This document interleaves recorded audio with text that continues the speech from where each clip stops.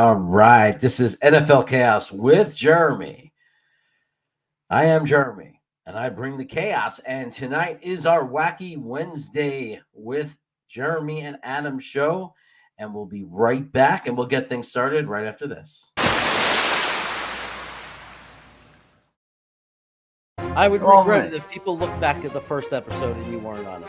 Yeah, well, I like that. It's called forward thinking. One of the worst beats in the world. We do. Our beat is horrible. Connor could shove that article up his ass.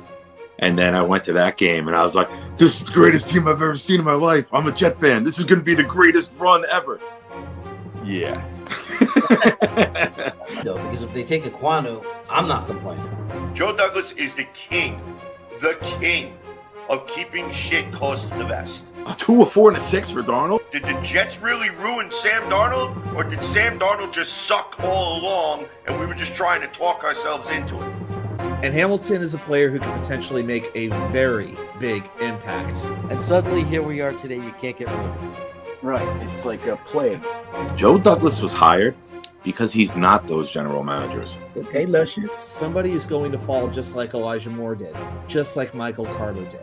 You know, what would, if you had one sentence to say to Joe Douglas, what would you say? So you would say, you had me at hello, and then give him a big old wet one right on the smack.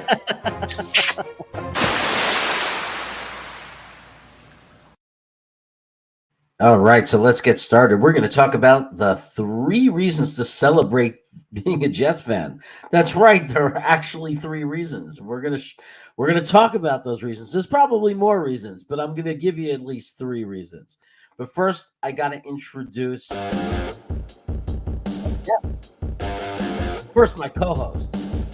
He's a man with data. He makes everything I say real. He backs it up. Otherwise, it's just some bald, ugly guy telling us stuff. Let's welcome. You love him, you know him. Y2K99, aka Adam.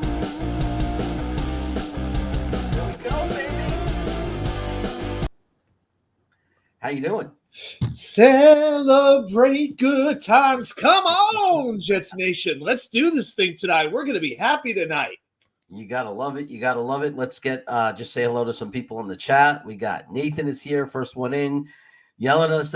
Jake was yelling. He wanted us here already. We got the Liama 52. Welcome. Dark Soldier, Nick Nessie, our friend is here. Ant Jets 82. What's up, my brother? Dark Soldier, one of our biggest supporters here, ready to go. Chris Bradigan, thanks for being here. Bryant Sill. Everybody's in the house, ready to go. And who's our special guest? Who? You're wondering who? You might know by now. You might not. We sound like owls. But let's get some music for him, and let's get him in here. By popular demand, in every show I do, where is he? You always ask. Well, here he is, Big Dick Shiner. What's up, everybody? What's up, my brother? Oh, you just waking up. I know you were napping. Yeah, I'm still sick from last week. It's like COVID-3 hit me. Oh, I'm drinking some tea. Jeremy, so you didn't tell me that Barry White was going to be joining us tonight. Say again? Jeremy, you didn't tell me Barry White was going to be joining us tonight. I went to bed last night at 11:30 p.m. and I basically slept until 6 p.m. today. I slept for like 18 hours straight. Aside from getting up to pee, like drink some water, out for like 18 hours. Wow. 18 hours. Yo, I don't know who's asking about what I like, but if that's the dude that I think he is, get out. So let's keep it to football, guys. So let me start by asking the chat something, okay? What do you like better? This or this? No, I like the other one because it's harder for me to keep my big head in this screen. The first one, I move around a lot when I talk. Yeah. I'll give a quick shout. I got 2 quick things. Number one, Nick Rousseau. I was part of the Chicago Jets fans for a little while. So great to see some Chi-Town represented. And Nick, this one's for you. Having got some hot dogs here and plenty of mustard on them. I knew you were coming on, so I'm gonna have some 10 p.m. hot dogs just for Nick. Plenty of Lipton tea just for you. Matthew Smith is here. You know what J. Cole I love? I love the J. Cole that talks about football, talks about the Jets with us. That's the J. Cole I love. So that happens like once a week or so. So see, one of the cool things is our usernames stay on here. Somebody made that point. I think it was Dark Soldier. So we can rotate back and forth, have some fun with it. I was just thinking because I noticed that's what they do on the panel on Tuesday nights. You know, so I'm like, do they know something I don't? You know, I don't know. But hey, look, we could do it this way too. This way we can move people around. Hey, Nick. Yeah, I got a large head. It's easier. What's up here, Nick? I feel like I have to sit still on that other format. I can't do that. I'm a fidgety fuck. But anyway, as people are still coming in, back to business, let's get started. Let's talk about this. I opened up my mouth and I said there are a few reasons to celebrate being a Jet fan right now. And I'm going to start with my one that makes me really happy right now, what I'm celebrating, okay? And that is Joe Douglas. And I want to say all the elements to that, all the like different components to when I say Joe Douglas. Great. What are me and Adam going to pick now? We have homework for the show? What? We gotta prepare? Maybe I should pick one component of it. Okay, I'm gonna celebrate that so you guys can take other things about him. I'm gonna just celebrate, and I think this is something to celebrate. And it's been a year, but I think that people have really not talked about it enough and not appreciated it enough. I appreciate that Woody Johnson finally let go and created a structure, a hierarchy that makes sense, a GM that runs the team, and he's letting him do his job. And he's not interfering, as far as we know. He's not butting in, and he's letting Joe Douglas take over this franchise and run this organization the way it needs to be run. So that's, to me, is something to celebrate. I would say for me, I'll give you something to celebrate. I am happy that we actually have a young foundation starting to come together. And we really started to, we'll take care of this. There we go. I just finished up a fantasy baseball draft, so I'm still hanging on. Clock. No, I made all my draft picks. Yeah, we finished about 10 minutes before showtime, so it was tight. But we finished the draft, so we're good on that. Nice. Yeah, but not just the draft picks, but seeing the young free agents that he focuses on. You know, we're not signing 32, 33-year-old free agents anymore. We're focused on guys coming off that first contract who are in their mid-20s. The one thing that I wonder about is that he never seems, and we talked about this, he never seems to sign a player for more than 3 years. He doesn't want to get caught up into cap hell. But you know what? That is a way that you get comp picks, you know, because of those free agent losses. And then you get more of those third and fourth round picks. You build another layer on top of the foundation. This sort of thing doesn't happen overnight, folks. It happens little by little, and next thing you know, it's like you feel like you're in the absolute abyss. But then all of a sudden it's like, wait a second, we actually have something that can compete on the field against good teams. May not be championship caliber yet, but it's working its way towards that. Can I add one thing to that? No. Dale. Yes. I respected your answer, though. I sat there quietly. Have you ever seen that before? There's another reason that they do it. They plan on drafting the long-term players. So when you're signing a guy for 3 years, you buy yourself a year or two before you have to draft that position, right? So like we got Tomlinson. We all were talking about Icky. We were all talking about let's get a guard in here, right?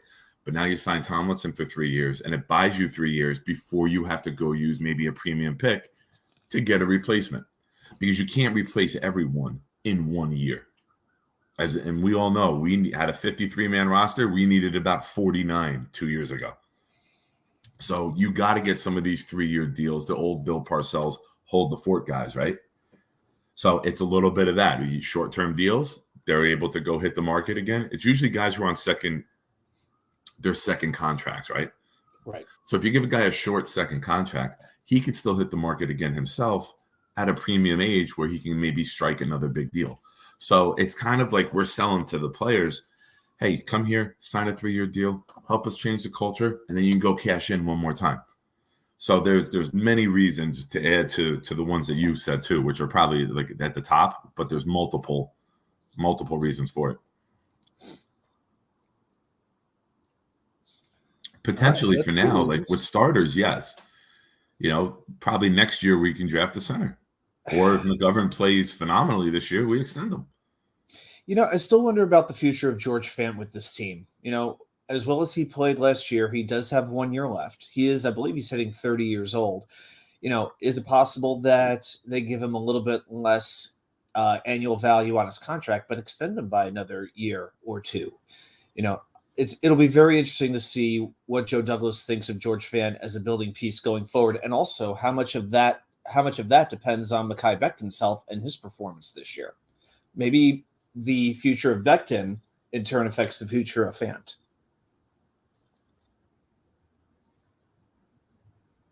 True.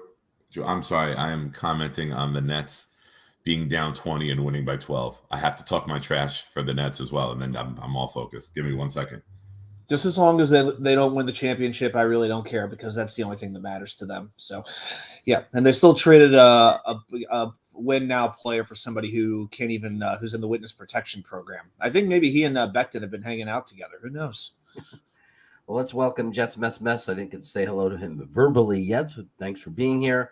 Grandizer, thanks for your kind words. Jake, I hope we draft a center too. In the later rounds, I wouldn't mind not necessarily a center that has to play. I mean, if we drafted a center like Lindstrom or Beef Jurgens and they came in and they were great in camp and we wanted to start them and we could still cut McGovern and free up $9 million or roll it to next year, I'm okay with that. And if McGovern stays and plays and then you have Beef Jurgens there, someone goes down, one of our guards, you can move McGovern over, then you move Jurgens in. I don't mind any of that. So I am not against drafting a center at all. And if they were to draft Lindenbaum, it's not what I would expect. I know some people would be upset about it, but how upset can you be? Think about our offensive line with Lindenbaum. It's hard to really stay that upset for that long. Oh, you can't be upset at that. Yeah. There's many things in life to be upset with as a Jets fan. Yeah. But adding a potential decade Pro Bowler, we had Mawai, we've had Mangold. If we added Linderbaum to the list after it, there's no way as a Jet fan you could be upset. To know that you're stout up the middle. We got Tomlinson and AVT, and you're adding Linderbaum to that. I mean, Zach could play back there with no shoulder pads, for crying out loud, and be safe. That's how good the line would be. Yeah. So it would be like him being back at BYU all over again. Yeah. And by the way, Nick, good job finding a way to say that he's generational without using the word generational. So that's a good job by you. Oh, I hate those Don't we all? words. Yeah. Seriously, guys, I think the two words I hate the most in sports talk nowadays are generational and GOAT. They're so overused. Yeah. I am so tired of hearing both of them. You guys feel me on this? Do you coming in third about those two words? Coming in third, can't miss. Many people can miss. We're Jets fans. We've missed many times. Don't throw the words "can't miss" in our direction. Welcome Greenfield. I want to welcome you. And I wouldn't be upset if he moved up and Graham Lindenbaum at all. There's a lot of things the ways the Jets can go this draft, and I won't be upset. There are things I predict. There are things I personally want to see happen. But there's very little that I'd be upset about. And I have a lot of faith and trust in JD. If he was to move up to take Lindenbaum, I trust that that's what he believes is the next piece for us and the next step for us to take the next step. I just watched the Indianapolis Jets playoff game when Chad Pennington was on the team in 2003, and we won 41-0 with Green Bean on his Patreon channel. And the one thing that we noted the whole game was look at the offensive line. When your offensive line dominates and wins in the trenches, it makes everybody look better. Everybody's a better player, better quarterback, better receivers, better running backs. It's really wouldn't be the end of the world if we gave up capital in 2002. So that was Mawai, Randy Thomas, Fabini, McKenzie. Was it Cream McKenzie was right tackle? Yeah, and who was the other guard? Sewell? Kendall? Left guard? Was it Kendall? Was it then? I think or did he come in after that? I don't know. I thought he came in later in the 2000s. No, use your brains. Sewell. Who was the player that got drafted by they signed the big money with Washington. Remember when Washington went ballistic with Dave Zott. Dave Zott was on that line? I think it was Dave Zott. And Randy Thomas was the one who ended up going to Washington with that huge contract, right? The Jetskins. It was Coles. It was Lavernius Coles, Chad Morton, John Hall, and Randy Thomas. Those were the four. Yeah. They all left. Terry Bradway let them all go. And then it was game one where the Redskins, I think they were facing Patrick Ramsey. And the Redskins were wearing like those bow and arrow helmets. You know the ones I'm talking about? They looked like a big feather. They were in like maroon. They looked like the USC JV team. And I remember the way Herman coached that game and Paul Hackett coached that game. They basically they had Vinny Testaverde, but they thought they had Mike White. It was 5-yard pass, 3-yard pass, 2-yard pass. Oh my God. It was one of those very, very annoying season opener games, something we're very used to as Jets fans. Yep. So Aiden's asking thoughts on Christian Watson. I think Christian Watson potentially might be a great player. I think he's a little bit more of a risk because it's hard to get the evidence, that in the speed of the NFL that he's going to get it because he played for North Dakota State. It was a running team. But there's a ton of talent, obviously tremendous speed, tremendous size. I think that Christian Watson can end up being a great I think he can end up being a great wide receiver. I don't know if the Jets would take him because it might be a little too risky. But I could be wrong. We might grab him, and I wouldn't complain if it was in the second rounds. I wouldn't be upset at all. I'd be a little concerned, though, because I kind of, I'm a little conservative right now. We need our players to hit, and I think there are some receivers that are a little bit less of a gamble than Christian Watson, but he certainly has an extremely high ceiling. I feel like with a lot of these prospects, we go kind of back and forth. Like we fall in love with them, then we get cool on them because we got to find like the hot new girl that we're getting into, right? But I feel like with Christian Watson, he's weird. He's not like a peak and then a drop or anything like that. We go back and forth on him, it seems like every week. There's some days we want to draft him round 1. There's some days we want to at the back of round 1. There's some days we want to draft him round 3. It's like his pros are fantastic, but his cons are scary. He is, for a wide receiver prospect, he may be the biggest boomer bust that there is. You love the speed, you love the intangibles, but you're scared of the drops. So, he has one of the worst drop ratios of the big wide receivers that there is. So I'll be right back. I think that's the kind of receiver. Oh, okay. He must be talking more about basketball, I guess. To me, I think the Christian Watson makes sense for a Green Bay or a Kansas City, one of those teams that has their quarterback and is looking for a weapon that the quarterback can really make. I don't think that's the type of receiver that makes sense for the Jets because I don't think he's going to be dropping past, say, round 2. Sorry, I was on mute there. Okay. Yeah, no, I agree. And, Nathan makes a really good point here because I say, they could do anything and I wouldn't be upset. You know why I'd be upset if they took Evan Neal? Why is that? Not because I don't think Evan Neal wouldn't be an amazing player on the offensive line. It would mean one of two things. It would mean either they don't believe in Becton and they're worried about his health or they're worried about him, or it would mean they're not planning on re-signing or extending Fant. And I as much as I love Evan Neal, I don't want to use such precious draft capital like a number 4 pick when we have Fant in the clubhouse, right? He's in the organization. He loves the team.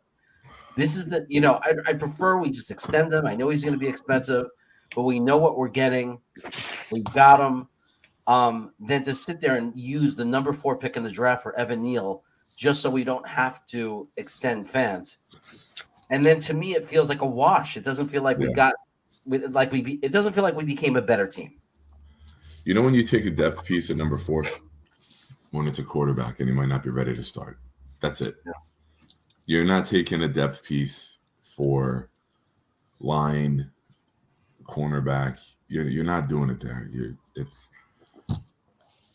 It would be very, very poor management. Now, I know it's a discussion piece between fans, and that's fine, right? We got months and months, and now there's podcasts. We all have to fill time with things to discuss, right? But I will say this. I'm very happy Joe Douglas is our general manager, and I'm very confident that our picks will be picks we're all happy with. Granted, it might not be the player that you want at a position, but I trust them more than any of our fans to do the scouting and make the selection. Okay. Yep. Hey, we're getting to you, J. Cole. It's a good question. I got one more ahead of you. I personally want to really fix the defense and would not be disappointed with the two first if the two first are spent on the 32nd defense we currently have. Yeah, look, if we go, if we go Tibbs or Hutchinson or whoever your favorite edge is, if JD picks an edge, if JD picks an edge at 4, I trust it's an edge he believes in. If they were to go Kyle Hamilton or Sauce Gardner, or just somebody on deep, or trade down a little and take Nakobe Dean, Lloyd, any of those kind of moves, I have no problem with that at all. We had the worst defense in the NFL. We already improved the offense with 2 tight ends and Tomlinson. We could certainly get a receiver in the second round. History proves you can get a receiver in the second round. So I have no problem with what you're saying, Chris. I feel you completely. Quote me, Jeremy. What's my line? As long as the players we pick hit. That's it. It's all that matters. It doesn't matter if we're taking cornerbacks, safeties, linebackers, interior, edge, receiver. Just hit. We need these guys to come in and be starters and help build this team long term. I think for me, I am fine taking 2 defensive players in round 1. I just don't want to take 2 secondary players because, number one, we've already addressed that to an extent in free agency by bringing Jordan back, by signing Whitehead, and by signing Reed. But we haven't made an addition to the front 7 that I would consider notable. I mean, we brought Jacob Martin on, who's a rotational piece. We brought Bradley and Nye. We brought in a couple of rotational guys, but nobody that you would consider a. I keep forgetting we got a Nye. I'm sorry. That's a good call. I keep forgetting we got a Nye. Got a Nye, yep. But there's a Solomon Thomas. Maybe we'll see. That's to be determined. But linebacker hasn't been addressed yet. Not that I want a linebacker in round 1, but that I'm wondering more and more if they're even going to look at linebacker at this point. But if they were to do either a Gardner or a Hamilton and an edge rusher, I could get with that. But address the front 7. You can't address only the secondary during this offseason. Yeah. Hey, I want to take a second and make an announcement. Although it won't be every Friday because it's impossible for us to commit to every Friday for both of us. From now on, moving forward, officially, Friday nights will be co-hosted. We're going to call it like a hangout show, and it's going to be co-hosted by Nick Shine. So I wanted to have him on tonight. One of the reasons I wanted to have you on tonight was to make that announcement. Awesome. So, thank you for asking me. Oh, dude, it's a pleasure. The chat, the viewers, the supporters of this channel help make the decision very easy for me because they ask for you whenever you're not on. So, that's awesome. I appreciate that. Welcome to the team. Welcome to the channel officially. You see Mark's comment, Nick Shine, you have the voice to sell me whiskey or cigars. You got to do commercials. We'll get there. We'll get the channel there in good time, my friend. So really excited about that. So, and thanks for accepting my invitation and being part of the team. I appreciate it. Proud to be a part of it, man. Awesome. J. Cole says, Nick Shine, what's your opinion on Stingley's pro day today? So he had a great pro day. Man, well, right? What did he run? Like in the very little time that I was awake today, I did watch that. So I saw the 4.37. The only thing with Stingley that I don't want to say bothers me, but it's like got the antennas up, is that his best film was 3 years ago. Now, his freshman year film is some of the best cornerback film we've ever seen in college. And then he played 3 games one year, and then he played a couple games this year. So I do not think he will be a Jet, and I say this is why. I have said from the moment we hired Salah, we are not a team that is going to take cornerbacks early. They're going to build the trenches. Look how the 49ers built their team. It was O-line and D-line time and time again. This scheme and the coaches who teach it believe that you can take mid-round cornerbacks like a Hall, like an Eccles, like a Coleman, Carter, and you can teach those guys. Look at Reed. Reed wasn't a high pick, and all of a sudden he gets a big deal because he knows how to play the scheme. I don't think we take a cornerback. I know fans want Stingley, and I know they want Gardner even more. But knowing the drafting history of this scheme and where Joe Douglas came from, it's why I keep saying it. If you guys who've seen me on the show before, no. It's why I think that Salah and JD are linked so well and so soon is because of their ideology. We're going to build O linemen and D linemen. And when you have those two groups that are elite, guess what happens? Everybody else behind them can play better than they are. Because when your O-line is good, you can run longer routes. You have bigger holes to run through. You have more time to throw the ball. When you have a great D-line, your linebackers can play in space. Your corners don't have to cover as long. Your safeties can take some chances. It's a domino effect of greatness. So I do not think there is any way in hell we take a corner in one. But I think Stingley and Gardner are fantastic prospects. If Rex Ryan and that man pressure scheme that we ran with Revis and Cromartie was still head coach, I think that it would be edge and cornerback 1-2 without a doubt. Robert Saleh did say in that conference call with the Jet season ticket holders, for them to take a secondary player, it would take a quote unquote unicorn. It would have to take something very, very special for that to happen. And it seems like with Kyle Hamilton, it's kind of falling off a little bit because of the 40 time, although, you could improve your speed. I mean, there's things that can be done for that, but Gardner does seem pretty dang special. So I wonder how they really look at Gardner, but when I look at the positions that the Jets are bringing in for their visits, what do we see time after time? Wide receiver, edge rusher, on the offensive line, but it's edge and wide receiver more than anything. Like they're having Traylon Burks for a 2-day visit coming up. So I'm like, 2 days. They're offering him some overnight accommodations. That sounds pretty good. So that tells me they're pretty serious about him. And I think they've met with Thibodeau, 3 times now? Or they have a third visit planned? I mean, they're doing their due diligence on put it this way. If we miss on a player, it will not be because of lack of preparation or a lack of, of homework. Something very weird will have to go for them to screw this draft up, particularly in the early rounds. That's how I feel about it. So even though if Gardner were to fall to 10, I could sort of see that. Hamilton at this point would shock me. Hamilton would downright floor me. Gardner is like a little. I could see Hamilton being selected for the Jets before any of the corners. Hamilton selected, but you could see Hamilton. I could see Hamilton being a Jet before I could see Gardner or Stingley being a Jet. See, I think they have less emphasis on safety than they do on cornerback. That's interesting. I think they don't have either one high, but if I had to pick one, I'm not putting Hamilton up there. Right. I'm just saying if we were to take one, I could see the safety being the pick before the cornerbacks. I could see that off of our scheme. I could see that because he's a guy you could bring into the box. So that's what Whitehead's for. I'm sorry to interrupt, but that's what Jordan Whitehead's for. I know, but I'm just saying that he's another guy. He likes versatility, and when I say bring him into the box, I mean you could even play him like a linebacker. Like you could have 2 safeties in there. You could have LaMarcus Joyner and Whitehead in there, and you could bring Hamilton in and have him on the field also. He's that versatile. He's big enough, strong enough, and he's enough. You know what I mean? He's a good enough football player. I don't know that that's true, for sure, but I'm just saying that he would ever that JD wants that. I'm just saying I could picture it. I can imagine that being a reason why he would grab a guy like Hamilton. You know what I mean? Yeah, I mean what did he do last year? Sherwood and Nazeldine are guys who were safeties that they can move up to linebacker, right? Yeah. Who knows the discussions that are going on right now? Neither one of those wowed anybody in year one. So who knows what happens? Maybe they take him and see him as a will.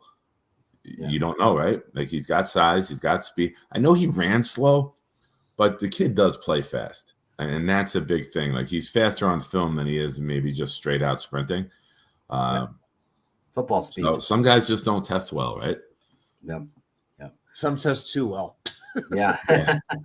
Vernon Golston. Exactly who I was thinking of. Of course. So anyway, I don't feel well, man, but you're gonna make me start drinking. I don't want to drop the name. My thoughts on you baited me into it, you bastard. My thoughts on Stingley is I think that if he stays healthy, he's probably going to be a spectacular player. Again, we're the Jets. Do we want to take that risk? If JD does, he does. I'll be very concerned. But I just our luck and the way things have gone for us, I don't know if it's the smartest move. And especially if we took him when Sauce Gardner was available, because Sauce Gardner is healthy. And he's going to be a spectacular player, so it wouldn't make much sense to me. But moving along to Aiden Tobin, he's our token Jaguars fan, Jacksonville fan that likes to hang out, which I love. He's asking if we'd be happy if the Jets grab Mechie in the second or third round. I can't forget the lead battle. The way I feel about Mechie is I really like Mechie. But I wouldn't want him to be the only wide receiver that we drafted in the draft. So if we drafted one wide receiver in the draft, I'd be very concerned if it was Mechie. If he was to slip because of his injury later down the board, or we make a trade down with 10 and have extra draft capital, and we double up on receiver and Mechie is the second receiver we pick, I have no problems with that because he could potentially has a very high ceiling, but he's a risky guy to me, and I wouldn't want him to be the only wide receiver we're bringing into camp out of the draft. Only wide receiver, no. If he's there 3 or 4, yeah. But I mean he was going in late 1s, early 2s before the injury, and now you got to remember his injury happened several weeks before Jameson Williams' injury did. So if he's there 4, I have no issue. Imagine adding both of them. Imagine adding Jameson Williams at 10 and then Mechie. My goodness. I see a little bit of version of Crowder in this guy, but because he's not the most explosive receiver I've ever seen, but he's very smart. He's 5'11", 187, very good route runner, very precise. I feel like he has great football intelligence. Like he knows how to get open, how to get a little bit of separation. And he is a pretty smooth runner. He just doesn't have that sudden explosiveness that you would like. And at 5'11", it's like, well, it sounds a little bit like an Elijah Moore type of guy. It's not that, having Elijah Moore is a bad thing, but you want wide receivers with some different skill sets. So to me, Mechie is a very intriguing prospect, but yes, I agree. He would not, if we get him, I would still need one more wide receiver to go with him. Just so we could tackle 2 questions. That but imagine this. If I could just add to this real quick. Go ahead. Yep. Imagine next year in 2023, Jameson Williams, Mechie, and Elijah Moore are your top 3 receivers, all healthy. Okay, so that's a lot of speed. When you said next year, I thought you were going to come up with a trade proposal for Will Anderson. Oh, we trade Jameson and Mechie for Will Anderson. There you go. It's an Alabama swap market. So we're gonna answer 2 of Mark's questions in one of his chats because we can connect them. Okay. He starts by talking about, hey, we've used enough first round picks on O-line. He wants blue chip playmakers, and now I've made it no secret that my biggest wish, if it was me, hope like where we're going to be, and a lot of people don't agree, and that's fine because we're all over the place. My biggest wish list is Thibodeau and Jameson Williams. So because I think that they're blue chip playmakers. Again, I've made it very clear. If they trade down, if they took Lindenbaum, if they traded down and took Nakobe Dean, I'm okay with a lot of scenarios. But that's my ultimate number 1 wish list. Like if I had my first choice. So I'm with you, Mark.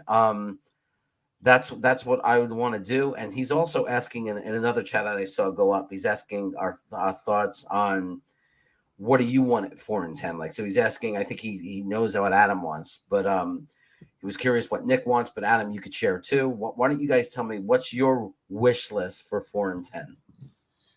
Your wish list sounds pretty good in my book. Yeah, I would take that one right now.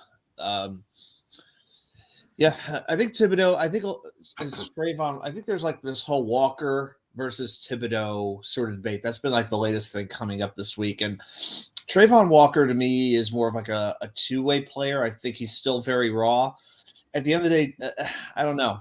And I still wonder how much having that defense around him helped him.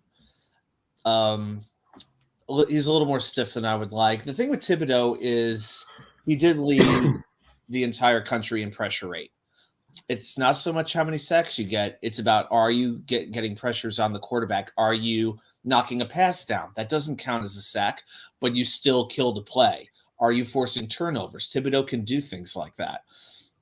So that's why I'm so glad that the Jets are doing their due diligence by interviewing him, by bringing him in, on multiple occasions, which they are allowed to do. So I really think Thibodeau is a guy they're going to have an opportunity to draft. Now, I'm not saying they're going to, but I think he will draft interest, right? There's big time interest. If you're bringing that guy in multiple times, there is big time interest. What is it they want to find out on visit 3? That's what I want to know. It's like, what do they figure on? What shoe size do you wear? What's your favorite color? We want to make sure we have it ready for you. Yeah. Dark Soldier is saying, luckily for us, the positions that we need are heavy in picks this year. I agree. Yeah. We'll talk about that. So if we focus on those positions, I think we'll be good regardless of who JD gets. And that's what we always talk about. Okay, we have our wish list, but at the end of the day, the players got to hit. And if the players hit, we're good because they're the positions we need. It's deep. This draft is deep in defensive and edge. Well, it's a little top heavy, but there's some other guys there, and it's very deep in safety. It's deep in linebacker. It's deep in tight ends. I mean, there are lots of guys. I don't know if we're interested in the tight end anymore. We'll see. But it's a deep draft as far as it's not top heavy, but there's good players for like up to 80, pick 80, pick 90. I mean, there's a lot of good players. Yeah. And to tag on with what Adam said, I am all in on Thibodeau. I think if Thibodeau's there at 4, he's got to be the pick. Now, I trust Joe Douglas, but I will say personally, I would be disappointed if he's not the pick. So Thibodeau is my target at 4. At 10, I am on record as saying this. I would be very surprised if the Jets select at 4 and 10. I think that Joe moves out of one of them. I think if Thibodeau and Hutchinson are gone, Joe moves out of 4. Maybe somebody trying to jump Carolina for a quarterback. If Detroit doesn't go Wills and Houston doesn't go quarterback and those teams stay there, the top 3 stay as is, I think Joe just sends out an email to the league, call me, send. Like, I think that's what happens at 4. I don't think he's going to reach. On the phone. Get the Saints on the phone and talk about those 2 first-round picks. Yeah, get the Saints on the phone. Hell, get the Eagles on the phone too, because now that they have 2 next year. They can come up and get a premium player, and then they can fall back next year with multiple ones. So I think if Thibodeau and Hutchinson are gone, I don't think he's going to reach. I don't think he's going to take Trayvon. I think it's too early to take Jermaine Johnson. I think you trade out, and then you take Jermaine at 10. And then if you get the Saints deal, you can go Jameson Williams if he's there. You can go Chris Olave if he's still there. You can go receiver. You can get Nakobe Dean. You can do, if you have the Saints 16 and 19, I think, or 16 and 18, right? That sounds right. Yeah, Eagles have 15 and 19. Saints have 16 and 18. You got options. Like, yeah, you can move down again if you want. You can move down again from one of those picks and get another pick for next year if you're not thrilled with that middle of the first round. I think everyone, as much as we want to win and as quickly as we want to become great, it is still a marathon. It's not a sprint. Salah and Douglas are not going anywhere. It's a marathon. And if that means taking the pick from this year and bumping it to next year because you like next year's draft better, which I personally do, I got no issue with that. The more I think about it, especially since they addressed the offensive line by signing Lake and Tomlinson, it is becoming harder and harder for me to justify picking any position at 4 outside of edge rusher. I can't justify a wide receiver. I can't justify a cornerback. I can't justify a safety. 100%. For me, it's edge rusher, best edge rusher on the board, or trade down. To me, those are the only options I see. 100%. I would be stunned. I would absolutely Brian from Family Guy, jaw drop on the table. If it's more than that. Yeah. So Boogie Down Bronx, welcome, my brother. Welcome back. Boogie Glad to down. see you again. Nick Shine could do Monday Night Football. Definitely have the voice for it if you have that hidden talent. There's one problem with that, Nick. Could you control your emotions? Could you be objective? No, I can never work for ESPN. That's the issue. That's the hang up. You and Rusty Spooner both. They would never let you remember they would never let John Madden call Raider games because they were afraid for his heart. The doctors said no, like he was not allowed to commentate Raiders games. Well, I don't have to worry about that. We don't get primetime games. We get our one obligatory Thursday night game a year. That's it. A horrible team. This year I think they're going to be. It's going to be the Jets against the Toronto Argonauts in the Thursday night game. They're trying to give us the lowest level game possible from some CFL team. baseball stadium. Yeah, from somewhere. We'll play on the Bluegrass in Idaho, in Boise, Idaho. That's where that game's going to be. For Boogie Down, I have no issue taking over the Fox first team for Joe Buck now that he's gone. I could do that. I think you got more of the I don't know about the play-by-play, but I think you got more of the color commentary voice. Oh, I don't want to do play-by-play because I'll get too excited for that shit. Exactly. Yo, you see that shit? Like that would be me. Do the analysis, Actually, you know what you'd really fit, and I know you might not want it because you have the voice of authority. You could replace like Mike Pereira or Mike Carey or that pain in the ass Gene Steratore. Oh my gosh, do I want him off the air? You'd be like, "This is the rule. This is the way it is. I lay down the law," and be like, "Yes, sir. Whatever you say." Or I could, if I lose a couple more pounds, I could be the next Batman. Let me plug the laptop in. Give me a second. So Aiden Tobin says, I can't see how Pickens drops a whole round for torn ACL and Jameson drops a few picks. Well, my opinion of that is I like Pickens. It's nothing against Pickens. I think he's a great player. But I think Pickens is in the talk or in the range of Dotson and Burks and and Olave. And I think that Jameson Williams is in a class of his own. I think he's on a higher tier.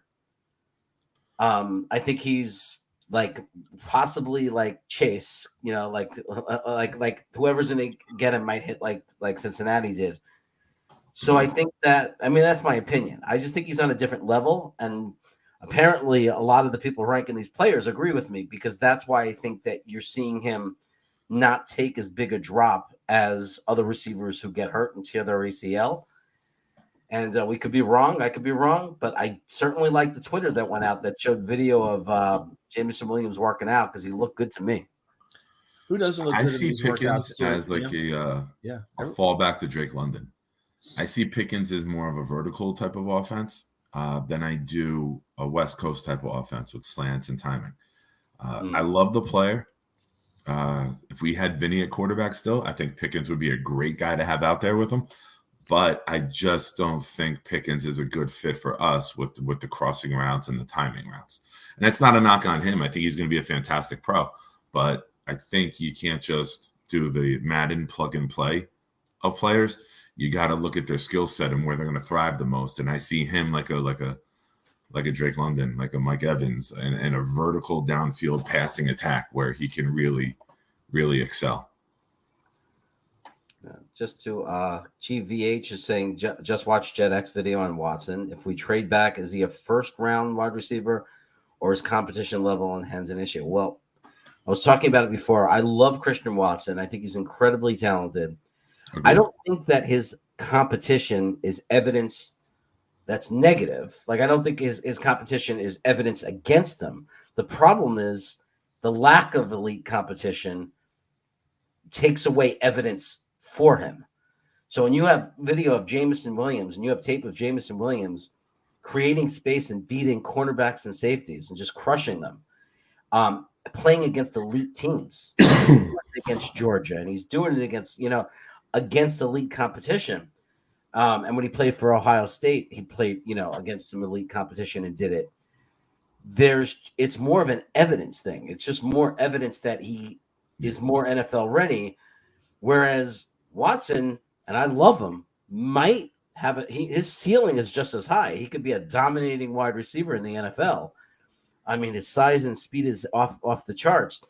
The problem is it's just the risk factor is higher because he's never There's more questions, right? When you do it in the SEC, you have more questions that get answered. When you do it in that division, it's like, all right, is it just picking on the lesser talent?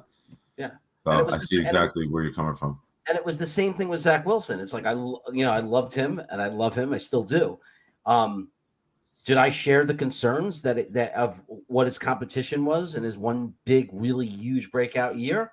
Hell yeah, I shared those concerns. There's no question I shared those concerns. Now, I still saw the arm talent. I still saw his ability, his scrambling, his instincts. I still believed in those. And with Christian Watson, I personally believe in it. I believe in his size, his strength, the catches he makes. He looks like a great player to me.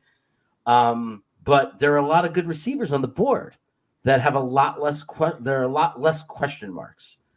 So I think it's becoming less likely that Watson makes it to 2. Yeah. With Kansas City having 2 1s, with Green Bay having 2 1s, I would not be surprised if Green Bay double dipped and said, give me Christian Watson and give me Sky Moore. Give me a speedster and give me a big guy and let Aaron Rodgers mold these guys over the next couple months. Yeah, there's a lot of right.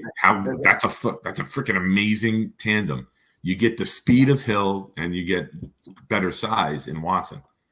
There's a lot of teams that might grab him in the end of the first round, no question about Agreed. it. Or he might go to the third. Agreed. He's one of those players that's just impossible to call. I don't want to see him in New England. I will say this. I do not want to see him in New England. Me neither. Oh, gosh. What's the over-under on the number of wide receiver? Well, they have Devontae Parker. They've got their number 1 wide receiver, evidently. I don't know. Well, I don't know what Miami was thinking with that trade, but really. But what's the over-under on the number of wide receivers that's going to be drafted in the first round? I mean, what would the wager be on Let me that? see if FanDuel's updated. I think like 6 point. I would go like 6.5 would be a pretty good. I think 6 to 7 is not crazy. Williams, really don't. London, Wilson, Olave, Burks, possibly. And then you get Watson. Into you could have Watson and Moore. I hope somebody gets Watson and Dotson. The same team. That'd be fun. Yeah. Dotson might move. Might be a surprise. Pickens might be a surprise. There are people who love him. Maybe. I don't think so. I'm not guessing that, but I do want to thank you for having me open this up because with being under the weather and sleeping so much the last couple of days, I almost didn't place my Masters bets. So thank you for reminding me to do that tonight. That's what we're here for. Thank you. Yeah, but if you look at the competition level, I mean, come on. Walter Payton went to Jackson State. Jerry Rice went to Mississippi Valley State. That's not exactly Alabama, Georgia, Oklahoma, and Notre Dame. So the competition where they play doesn't matter to me. You know what one of the most annoying habits is for me is when I hear people say, we can't draft this position from this college, because based off of that, we never would have drafted Patrick Mahomes just because there was never a great quarterback that came out of Texas Tech. So I don't want to hear about it. It doesn't really make that big of a deal to me where they play. That's what scouts are for. It's their job to see if their talent can translate to the National Football League. That's what they're there for. The hands to me, as we talked about, are a bigger issue. And I like you said, Nick, I think it makes a lot of sense for him to go to Green Bay or Kansas City. Make all the sense in the world for Christian Watson, where he can be molded and where he can get a lot more reps. Because North Dakota State, they ran the ball so much it was like Woody Hayes was coaching the team at Ohio State back in 1965. It was like 3 yards in a cloud of dust. He only had about 6, 7, 8 targets, maybe a game. That was it for Christian Watson. So he's going to have to get used to a very, very heavy workload when he comes to the NFL. Yeah. Hey, guys. Boogie down again. Boogie down. If he's in the Bronx, that means he has access to something I could really go for right now. A couple of great slices. Hey, guys, I think at 4, if both pass rushers are gone, I might take a chance. Yeah, he corrected it later, but I figured it out already because I make the same kind of typos. If both pass rushers are gone, I might take a chance on Karlaftis. He's sneaky good. Reminds me of Alex Smith when he Alvin played Smith. Alvin Smith when he played for the San Francisco 49ers. The guy who said bomb in an airport or on a plane. I think that was one of the times he had gotten detained. Yeah, well, but let's talk talent-wise, skill-wise. What do you guys think of Karlaftis?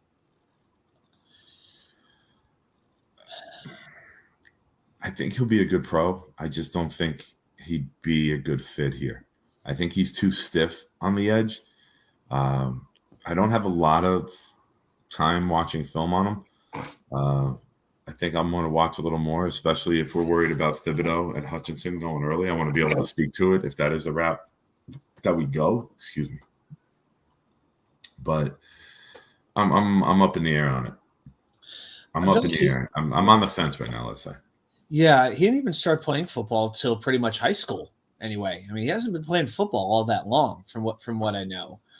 But so I would think he is still pretty raw, but playing in the Big Ten is not that pretty good conference to be playing in. And he's had a few injury issues as well. I guess the one thing I really like about him is his motor, that he is pretty relentless. But I feel like he might not be that different than in terms of body type. He's not that different than Trayvon Walker, I don't think. And the other thing, he doesn't play very well against the run. So he might be a guy you would rotate in, which might fit in for this defense. But I feel like I would rather Jermaine Johnson over George Karlaftis, to be honest. I do want to add this while we did bring up the betting. As of right now, I don't have DraftKings, but I Googled it. They have the top 5 picks. Kayvon Thibodeau's in the lead at plus 250 at 4. So put down $50, walk away with 125 on top of it. Wow. So Jermaine Johnson and Ahmad Gardner are tied for second with the odds at 450. Okay. So Eden Tobin says Cup was from Eastern Washington. Hey man, if you're referring to Watson, I don't doubt that his ceiling might be superstar, all pro, elite wide receiver. I think he has that. You like him that much? I think he had. Well, I think Watson has that ceiling for sure. Yeah. You've been high on him, I remember. He's 6'5" and runs a 4.2 something. I mean, the guy is insane. There's just the thing is just like there's no evidence. We don't have enough evidence to know if he can handle that elite competition. There's none that he can't, because when you watch him play, he's amazing. It was just the same thing with Zach. There was no evidence that Zach Wilson can't be an elite quarterback, but there wasn't a lot that he could be based on if you value competition as part of your measurement. But I have no doubt that Watson, I mean, it's hard to put a ceiling on a freakish athlete like that, Okay.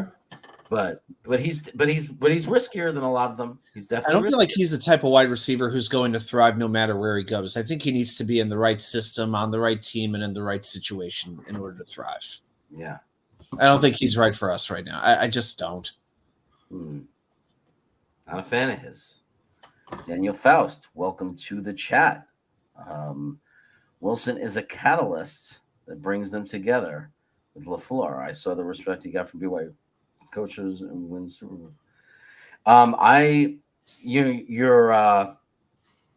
It's music to my ears and from your mouth to God's ears, because there's nothing I would love to. Not only would I love to win a Super Bowl because I've been waiting my whole life, I would love to do it with Zach Wilson. I'm one of the most outspoken people on Zach Wilson and how much I love Zach Wilson. So I would love to see it. It would be absolutely fantastic. And I do believe he's a great human being, like in the locker room. I think everybody loves him. He's potential to be an amazing leader. I think he was a good leader in college. I'm excited, man. To me, there's only one thing left, and that's for the game to continue to slow down for him. Like the processing and his ability to go through the progressions to slow the game down. If the game continues to slow down for him, I have very, very high hopes for our boy Zach Wilson. Yeah, my hopes are very high as well. I wanted him over Justin Fields in the draft last year, and I think we saw a steady progression. And when I hear about, he was the worst ranked rookie quarterback and he had this, that, and it's just like, the start was terrible, especially that first game against New England was a huge red flag. But I think we saw that he steadily got better, even though he was missing quite a few pieces. I mean, he didn't have a decent tight end. You know, Corey Davis, who was his number one trusted target, missed the second half of the year. You know, he didn't necessarily have a great running back who would catch the ball out of the backfield. That wasn't something they really did a lot with Michael Carter, for instance. So to me, as they continue to upgrade around, by adding the 2 tight ends, I think that is going to do wonders because they're blockers and they can take care of those short routes. Go ahead, Nick. There was confusion before with Boogie Down when he typed Alex Smith and we changed it to Alden Smith. It's actually Justin Smith who he was referring to. Okay. Who I just saw his second comment come up and it was Cincinnati and went to the Niners. And I'm like, okay, I knew it wasn't Alex, but I just figured it out by searching. It was Justin Smith who he was referring to. I was a little unsure because I'm like, wasn't Alden a linebacker? So I was like, he was like a 3-4 outside linebacker, but he was hand down a lot. But Alex Smith was the quarterback, so that's why there was just so many Smiths in the 49ers for a while. But yeah, Justin Smith is the edge who he's talking about, who's more muscular and broad barrel chested. All right. But yeah, so what was I even saying about Wilson? 87 career sacks too for him. What? 87 career sacks. Really? Yeah. Hey, my kid's calling. Let me take this call and I'll hop right back in. You were saying that you had high hopes for Wilson. No, yeah. And I still do. And I think they're as they said, we're going to lift you up. You know, that's what Coach Salas said on the night that he drafted him. And, you know, the offensive line by signing Tomlinson, that's going to go a long way. I was saying about the tight ends. I think that is going to be incredibly important. And I don't know who's happier about those 2 signings, Zach Wilson or Mike LaFleur, because LaFleur gets to run his offense and Zach Wilson is now going to feel that much more confident, that much more protected, which is what he's used to. Because, you know, Izoma can block and Conklin's very good at those short routes. It's going to go a long way. Yeah. Hey, Jake, I agree with you that Watson might need more time. No question about it. That's sometimes something that happens when you come from one of those smaller schools. As far as his statistics are concerned, I'd watch him more than I go by the statistics. North Dakota State, if you've watched them play, they don't throw the ball a lot. They run the ball a lot. And I mean, if you look at the quarterback they had last year, that replaced Trey Lance. I'm sorry. He was a running quarterback, a rushing quarterback, and he very rarely threw the ball. And he wasn't a great passing quarterback at all. So if you really watch the games, you'll be very impressed with Christian Watson. But I don't disagree that he would take time to develop. I don't know if you could predict how long. I mean, but it's okay because there's a lot of wide receivers that don't start off their career in their prime. You know, so they take 2 to 3 years. But I think Christian Watson could still be a difference maker for us year one. I think he can still make some big plays and be a nice big end zone target. And he has a lot of breakaway speed. So I think there are some things that he could do. But I agree with Adam, though. It is questionable whether he's a schematic fit. So I don't even know if he's a fit for us. I just get really worried. Yeah, I'm sorry. Yeah. Go ahead. I get worried when we get too hung up on height. You know, it's just like, oh, this guy's the 6. We need a guy who's 6'4", you know, and we need a guy who's 6'5". And it's just like, well, the NFL is littered with busts who were just tall that were supposed to be red zone threats. I mean, Ramses Barden, for instance, from the Giants is an example of that. You know, he could do 1 or 2 things, but that was all he could do. And to me, it's just like, you know, Watson is a fine talent again. But I don't think height should be the first thing that we look at. Now, I want an outside receiver. I think we're more than fine in terms of what we have with the slot. But height isn't everything because, you know, some guys based off the way they play the game, they like outplay their height. Like that's what we were talking about with DJ Reed. Like when we first saw him, I know it's a cornerback. It's a little different, but he's 5'9", 5'10". We were like, why would we draft a cornerback? Why would we sign a cornerback who's 5'9", 5'10"? But the more you look into it, you understand how he plays and why he's able to be effective playing on the outside. Well, to me, it's the same kind of an idea for a wide receiver as well. So, yeah, height ain't everything, folks, especially in this particular offense. Okay, finally caught up in the chat. Scroll down a little bit. We can't forget about Middleton, the position coach in the tight end situation. Both Uzama and Conklin will definitely hit it. Hey, man. it was a great off season. Like we did, like JD, man, just the further we go with him as a GM, the more and more I love him. Two very solid players. Man, when you watch them, they're man, they love to ball, and that's what they say. They like guys that like to ball. Watch these guys play. They're not afraid of a hit. They're not afraid to throw themselves and block, and you're never going to see them fall down or go out of bounds earlier than they have to. These are guys that are going to fight for every yard, for every inch. They're tough guys. They're leaders. One of the first things I thought of for Uzuma was that's the last time anybody's going to take a cheap shot at our quarterback, and you're not going to have anybody say something about it, because that guy does not look like a guy that is going to allow anybody to take a cheap shot at his quarterback and not say something about it. That's our veteran leader right there. Just watch him get interviewed. You see the personality, it jumps out at you through your screen. It comes right out at you. You can't help but watch him. You can't help but listen to him. He engages you. And if he does that to us, the fans who don't even know him, what's he going to do with his teammates? What's he going to do with his coaches? Guys, CJ Uzoma is a guy who helps to unite people. He really comes across that way. Hey, Dark Soldier, you have a good night, buddy. Sleep well. Good night, my man. Yeah. And I'm so excited to have Uzoma. And I told you this. When we didn't get Dalton Schultz, when he wasn't available, Uzoma was a guy that I felt would be a fantastic target at tight end. I didn't want Mike Gesicki. I didn't want David Njoku even. Uzoma was a guy I wanted, especially for his winning pedigree. And I felt he never had a chance to really be utilized to his fullest potential in Cincinnati when you factor in all those weapons. And I'm not saying he's going to be our leading receiver, but I think he's going to be that kind of guy. You're not going to think about him much, but all of a sudden he's going to convert that big first down. He's going to make that big catch. He'll make a catch for 5 yards, but all of a sudden he'll take it 10, 15 yards downfield. So this is, to me, it's such a good addition to get Uzoma. And hey, if you were here with us when they signed him, you know how excited we were to sign Uzoma. Yeah. Yeah, no, absolutely. We're talking about the tight end situation. It was pointed out that Middleton is going to have a great situation. He's going to go from the worst room, or one of the worst rooms, to a very good, solid room. What do you think about that, Nick? Give me that again. Hold on. Oh, you saw? Okay, that's okay. Thought you were ready. I had the volume down. When Nick called, I was talking to Nick, but I had the volume down, and then I was catching up with the chat to see what you guys were discussing, and then I heard Nick very faintly, and I'm like, oh, let me turn the volume up. All right, go ahead. What's the question, sir? So we were talking about tight ends and the switch for Middleton, how he went from last year's room to this room. And he gets rewarded, right? Now he's going to have the guys that can actually hit it when he tells them to hit it. If it moves.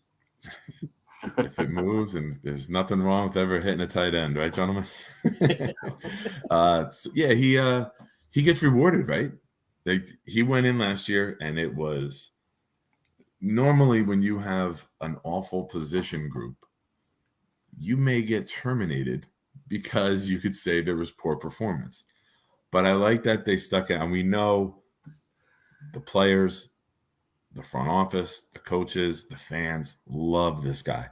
I'm a very big believer that he is going to be a head coach once. He might become a head coach candidate this year with the good tight end room, with the guys we have there already.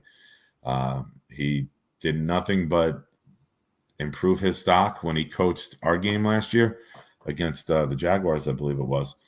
And then when he was the head coach for the Senior Bowl, he got to showcase himself, and he did it in front of the entire league being there. So I think that the tight end room should be one of our better rooms this year. They're going to be coached up. They're going to be fired up. That we got some characters in there with some leadership ability. And I think we all think we're going to add to it as well. So I think the sky's the limit for this group. And I mean, they're going to love blocking as much as they're going to love scoring. And they're going to love sealing the end for a Michael Carter touchdown or a Maura Berrios jet sweep as much as they're going to love making a toe tap catch on 3rd and 8 when they're 8.5 yards downfield. I think with Ron Middleton, I could see him if he does get a head coaching job. Somehow, I see it being in college. I think after the Senior Bowl, I could see college coming to, because if you look at his coaching history, he spent about the same amount of time in the pros versus college. I mean, the longest job that he had was with the Jaguars. He was there from 2013 to 2020 before he came over to the Jets. But before that, he was at Troy, Ole Miss, Alabama, Duke. The only other pro job he had was 2 years in Tampa Bay. Duke. Yeah, he was actually coaching at Duke for 4 years. Yeah, assistant head coach, tight ends coach, and special teams coach. That's a lot of jobs for one man to handle. So, yeah, I don't know. Somehow I don't know if I could see Middleton getting a job, although nowadays with all the referendums on candidates, you never know what's going to happen. But and I have a feeling that might be one main reason why Todd Bowles got the job he did. But just food for thought. So we have Jake saying we have some good coaches if we can ever get talent. Well, I think the talent is coming in. Yeah. I think it's starting to happen. I think we're starting to see the talent come in. Last year, I think we got some talent in, but we didn't have any depth as a team. We didn't have we took over we basically were coming from a 2-14 season, an Adam Gase disaster. The organization was at rock bottom. We stripped it down.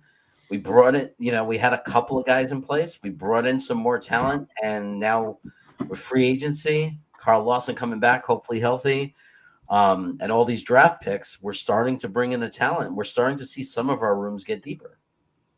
Yeah. And the coaching that we have, LaFleur comes from a great line of being behind Shanahan and his brother. And these guys live, breathe, and talk football all the time. So if he was a sponge and he just absorbed everything, and we got to give LaFleur credit. He wasn't supposed to be calling the passing plays in his rookie year.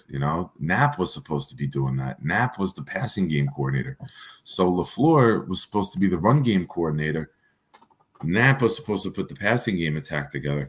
So you got to give LaFleur a little credit because our passing attack did get better as the season went on, right? He was kind of thrown into a role that he didn't expect to have. Even as offense coordinator, it falls on you. That's a major tragedy that nobody saw coming. So credit to LaFleur for answering the call and improving as the year went on, for the Jets for bringing Beck in a role to help Zach feel more comfortable as the year went on. Jets dealt with a lot of adversity in year one that people forget about because they're so enamored with the record that a lot of people don't pick up the carpet, look underneath, and see what got swept underneath there. And those are some of the stories that people forget about.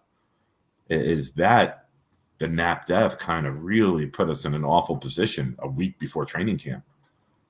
I'm not comparing it to what his family and friends went through, but there is a domino effect of it with the career as well. So I'm not being like cold or heartless and not showing up. No, we understand. Yeah, it's all in context, and that's one of my favorite things about Mike LaFleur. And I know this drives Gitmo Bob crazy. God bless him, but that's one of the reasons why I like having LaFleur is because I feel for so many years the Jets have had a lot of coaches who did not adjust to the strengths of their players. They had theirs, and this goes for offense and defense. They had their system in place, and they would try to have the players conform to that system. For instance, John Abraham not being playing a fourth, playing with his hand in the ground and like a 3-point stance. And I think he was a little bit better as a stand-up pass rusher. Having doing the West Coast offense with Vinny Testaverde as your quarterback when his strength was throwing the ball deep. Brian Schottenheimer giving the ball to Mark Sanchez, oh my gosh, over and over and over when the strength of that offense was the running game. That's more in the third and fourth years of Rex when things started to go downhill. But Mike LaFleur figured out what was working and what wasn't working. That's when he scrapped the 12 formation. As much as he wanted to use tight ends, he didn't have the tight ends to plug into that system yet. So that's when they started adjusting. That's when the offense started working. Of course, changing a few players around, like putting in LDT for Greg Van Roten, stuff like that made a big difference. Elijah Moore finally emerging, that made a difference. But when you have coaches who are willing to adapt what they do to accentuate the positives of their players. That's one way you know you have a coach who knows what he's doing. You brought very well said. You brought up Gitmo Bob, and I just want to say, for those of you who don't know, Gitmo Bob had surgery yesterday. I believe it was to remove cancer. That's what he told us in the chat. I believe that's what it said. A lot of Jets. Do we have any word on how it went? I don't know. I don't think nothing went out there yet that I know of. But Jets Talk 24/7. The whole chat demanded that we didn't want the T-shirt. We're all like winning a chance to win the T-shirt. And we all said, no, give it to Gitmo Bob. So Ryan generously said, I'm going to still pick a winner of a T-shirt, but I'm also going to send Bob a T-shirt. I was going to give away this Joe Namath card as a giveaway, but instead I'm taking it. I think everybody in the chat would agree. I'm taking the I'm taking the Joe Namath card off as a prize, and I am sending it to Gitmo Bob. I'm going to send it over there because I know he goes back a long way and love Joe Namath. His favorite quarterback for the Jets ever in the history of the team. So I'm going to send him this. Let's put a nice note in there too. Yeah, definitely. We'll write something up. The three of us will get together. We'll think of something nice and send that off to him on behalf of the show. Yeah. So hopefully he's doing well. Again, I don't have any information yet, but I'm going to send it to him, and hopefully we'll hear back and we'll hear how he's doing. I'm sure somebody, when they get an update, will share it, and it'll spread across all the channels. By the way, did that card, the card you showed, the Namath card, did that say NBC in the upper left-hand corner? Is that supposed to be like the network? I think that was Score. Was that it's Score? The NBC. No, it's an old. It's like from. It's from the Pro Set, like the 1989 Pro Set, and it's just a Hall of Fame like collector's card. So it says like Hall of Fame collector card, but also it says NBC on it. Yeah. There you go. I was trying to see who the company was that made the card, and all I could see was NBC. I'm like, what is that? Yeah, no, it's weird. It just says it's NFL Pro Set, so the official NFL card. So. Yeah, it's not like John Ross or Fleer. It has all the NFL logos all over the package. So I'm not giving away the Joe Namath card. I'm sending it to Gitmo Bob. Nice. My mom's got to have a tumor removed from her thyroid next Thursday. So, okay. Yeah. All right. Sucks, man. About that. Okay. So I understand, man. Prayers with Gitmo Bob and his family. It's scary stuff. Yeah, I agree with Stanley Spector. Stanley, I've seen you in the chat before. Welcome back. Hey, Stanley. That man seems to be easily mesmerized by names of veteran players. I'm impressed by young, talented players who want to create their own history by winning as a Jet. I agree. That's what I want to see. I think that's what we all want to see. We want to see guys make a name for themselves that we draft to make and get second contracts and become our stars, rather than always having to look at other teams and try to steal and take their stars.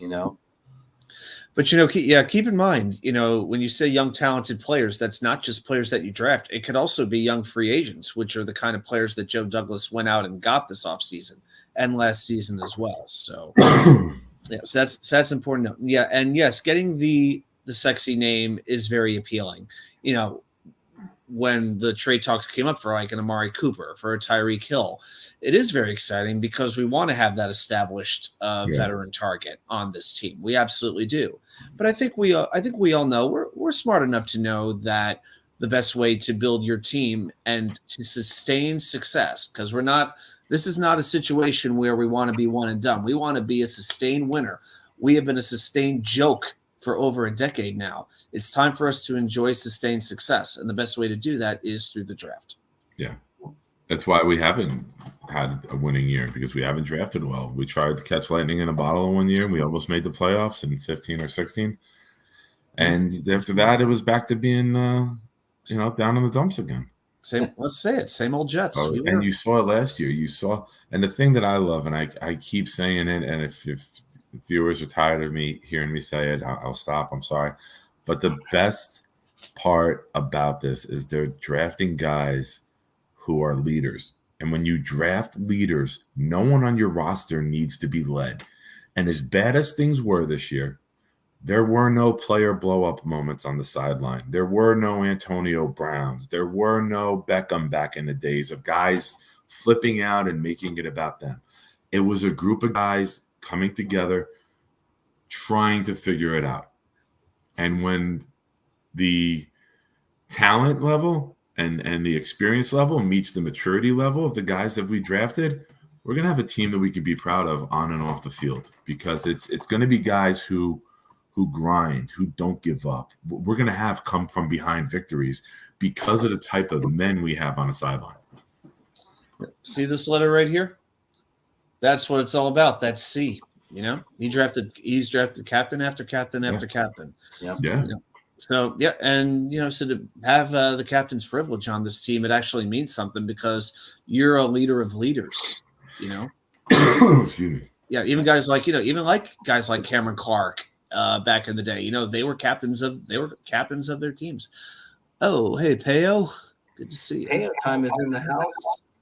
Amazing LA Rams YouTuber, content provider, good friend of mine. He's asking, who's your favorite Jet player from the 90s? Well, I would have to say Wayne Corbett for me. He spills into the 2000s, but I'd have to say Wayne Corbett. If you wanted to know my favorite defensive player, it's one that might surprise a few people, and there might not be. I got to be a little older to know the name. But my favorite defensive player, he played more in the late 80s, but he trickled into the early 90s, was a cornerback named James Hasty. I loved James Hasty. Who went to Kansas City and became like an all-pro. Yeah, well, he was great for us. He was great for us. We loved him. We totally loved him. Kansas City stole like 3/4 of our secondary in those couple of years. So, yeah. But man, did I love James Hasty. What about you guys? Who'd you like from the 90s? I mean, there's a lot of great players at the end there with Parcells. It's tricky. I had to think about, who came in. Like, a lot of those really good guys came in at the late 90s, and I feel like that's almost cheating. Like, to say like Curtis Martin, I feel like it's almost not even fair. I feel like it's there long enough, Yeah, because it kind of crosses over. I would actually have to go, even though I don't have many vivid memories of him playing, I'd have to go with Dennis Byrd for the man he was, for the player he was, that's a good choice, and the character and resilience that he showed after what happened to him all the way through the day he died. And I think I got to be honest, as I liked him as a player for as much as I could remember him, but the two things I remember most were, I think it was the week or two after he got hurt, the Jets went up to Buffalo and whooped them. They beat them pretty good. And that was the time when Buffalo was in the middle of their 4 runs to the Super Bowl. It was a shocking victory, and there was just something about him. Was that the Monday night game? No, that was here because my father was there. There was a Monday night game between the Jets and Bills in the early 90s where the benches cleared, completely cleared in the middle of the game. Okay. But that was down here because my father and uncle were at that game, so that couldn't have been the same this game was at Rich Stadium. This game was definitely not in New Jersey. It definitely wasn't. But the other moment was when Rex brought him in during the playoff run to speak to the team, and then they won out, and I think that was the game where they beat New England. I think that made me love him even more. And also, he and I both shared the same faith, which to me does matter. So, but yeah, the fact that he was still able to inspire guys who probably never even watched him play, who maybe not have even known his name, they may have heard one thing about him, but the fact that he was able to be the man he was, be the player he was, just mad respect for him.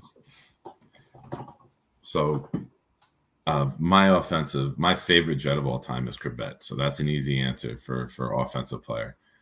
Defensive player, and I saw Jets mess just commented this. Up until he hit Drew Bledsoe and created the Brady disaster for the entire league, it was Mo Lewis. Yep. But my other favorite Jet from that era is safety Victor Green.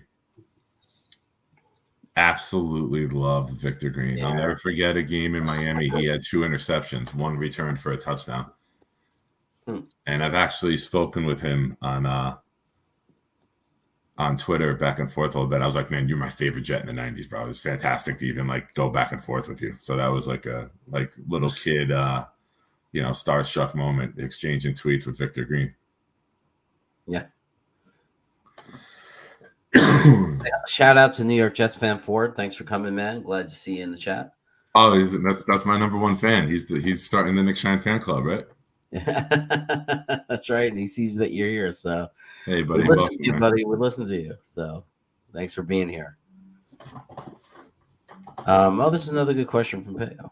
Do you think the Jets could split with the Bills next year? Do I think they could? There's a very big difference between could and will. Do I think they will? Do I think they could? Do I think they could? Yes. I mean, Jacksonville beat the Bills last year. So, anything is possible. And we're going to be a much better team, I believe, when we play the Bills than Jacksonville was when they played the Bills last year. So on any given Sunday, pardon the pun, anything could happen.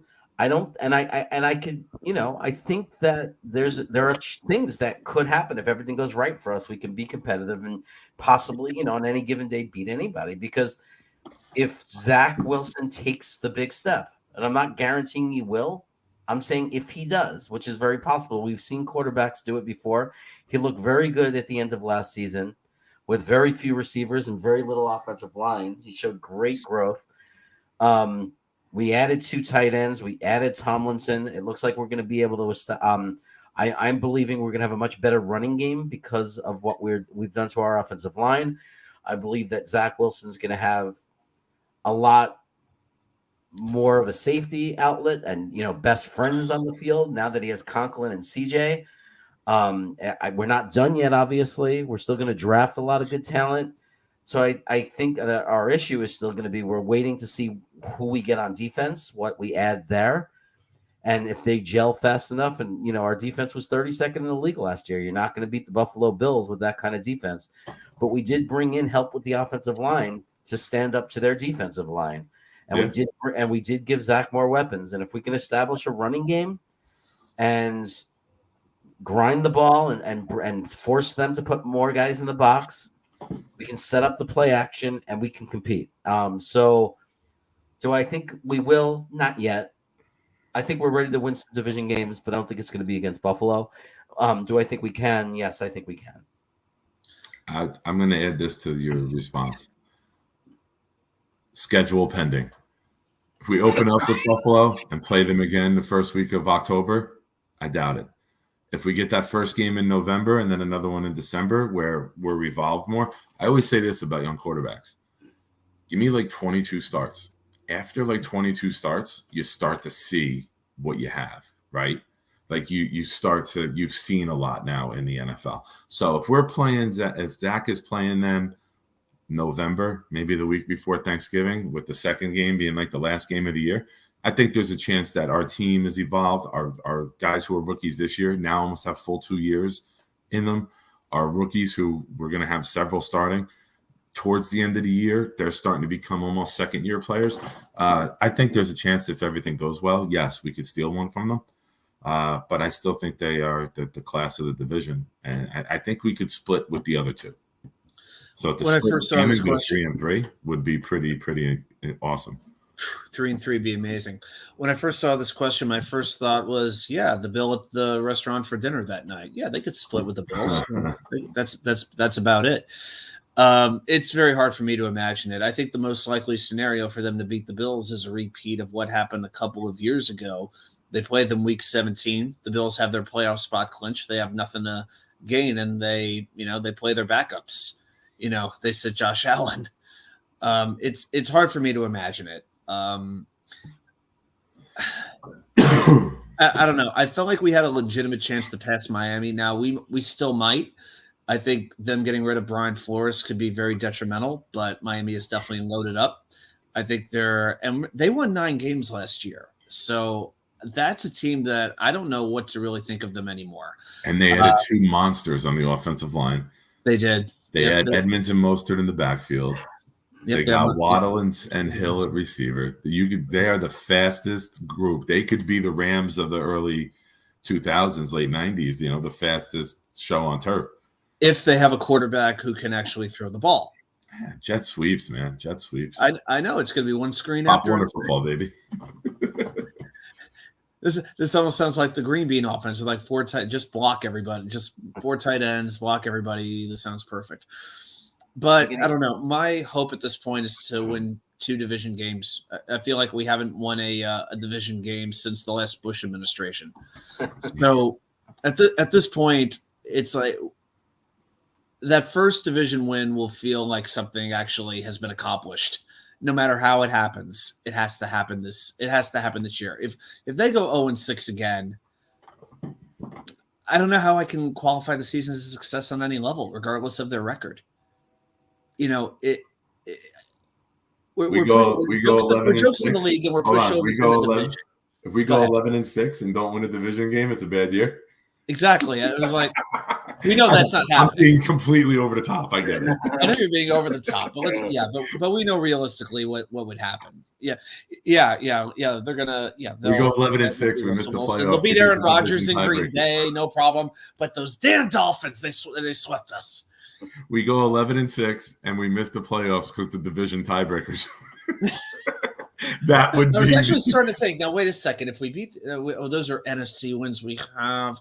Okay, so we're 0-6 there in the AFC. But then, how many AFC wins would we have? You know, again, in the hunt, Yahoo scenario, bless you, generator. Please, let's just be on that generator. Let's be in the hunt in December. Let's just get to that point and not be done by freaking Columbus Day. This room is starting to sound like an infirmary. We're coughing away. Oh man, I got a nasty throat thing, man. It's all itchy. Sometimes I can't even talk. Yeah, that's where I was the other day, and I still have a little bit of it. I'm here for you guys. A lot of pressure in the head. Sometimes I sound clear, and then other times like the sinus shifts, and then I'm back to sounding like Barry White. So payout time. I think we got it together now. Payout time is an interesting question. I have a great answer for it. If you start dating a girl and she asks to be a +1 at her cousin's wedding the same day as the NFL drafts, Saturday, should you go to the wedding asking for a friend? So Saturday is day 3 of the draft. So here's my answer. If you really like her, I mean, if she's the one, you look at your friends and you say, I'm sorry, I gotta go see a better girl. Thank you, Robin Williams. You can't sneak a Goodwill Hunting reference by me, okay? Nice. Adam, what says you? See, so it says if you start dating a girl. So to me, this is implying it's rather early in the relationship. But she obviously she thinks enough of you to ask her to be the +1. She wants you to be there. So clearly she wants you to be there because she wants to show you off to some friends and family. So to me, it's day 3 on the draft. Actually, you know what? We have to take this back. This is a Rams fan. This is the only day of the draft that's actually going to matter to him. Okay. It would actually be better if the wedding was Thursday because it'd be the first round. He wouldn't care. No, you got to DVR that. No, I think for this type of a situation, it's going to mean a lot to her. You know, you got to. I think you got to DVR it. You really have to DVR the draft. I'm sorry, got to. My biggest concern in all of this would be that the girl I start dating, her cousin, is marrying J. Cole, and I end up at his wedding through this. So God no, I'm out. Then I would have to go to the wedding just to meet the girl. Then I would be like, Adam, you could take her. Go ahead.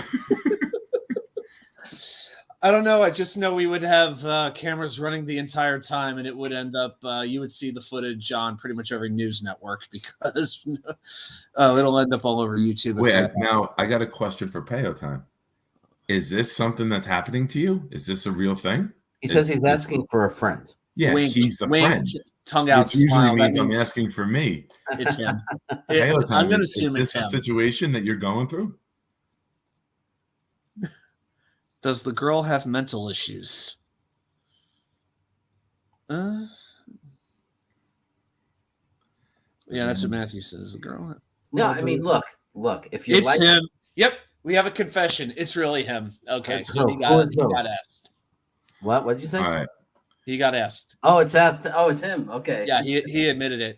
Look, I mean, if you really like her, I just want to say, if you really like her, if you dig her, if you think this could be someone I could be serious with, understand if she's asking you to go to a wedding, a cousin's wedding, it's not only that she wants you there and she wants to show you to her family. More than that, too, Women hate going to weddings alone. I hate it. It's so much nicer to go to a wedding with a date. Women So hate going if to you weddings if you're alone. if you're comma, if you're I hated it. That's a real weird segue. if you really Women hated going to weddings alone. I hated it. no, well, I didn't like going to weddings alone I either. got you, But like, so because I remember getting my friend Christine to go with me to one of my best friend's weddings, and she's just a friend. She's still a friend to this day, 25, 30 years later. But she's asking you, it probably means a lot to her. I'm thinking she doesn't, I don't think she wants to go alone. I think she wants to go with you. And the fact that it's going to be her family and she wants you there shows that she's into you. So if you're into her, it's a good way to move the while the Rams are making their draft picks. While you guys discuss, let me ask him this so he could type the answer in. Now, how long have you been dating her? That's an important part of this to me. If it's been like 2 or 3 dates, no. If it's been 2 or 3 months, I would lean towards yes. That's my honest. I'm taking football out of it. And just think you can make some live videos of all of the Rams draft picks in the 200s, just because I know you have a channel, you have subscribers and people who are counting on your opinion and your feelings on what the Rams are doing in the draft. So, it'd be pretty cool. You'd be there in your tux, dressed up, and you could give little bits of feedback about the various draft plans in between dancing to the Macarena or whatever it is you'll be doing. He's right on like my border of yes or no. He just replied 1 month, 4-ish dates. That's right in like the gray area. Yeah, so this is a date a week on average.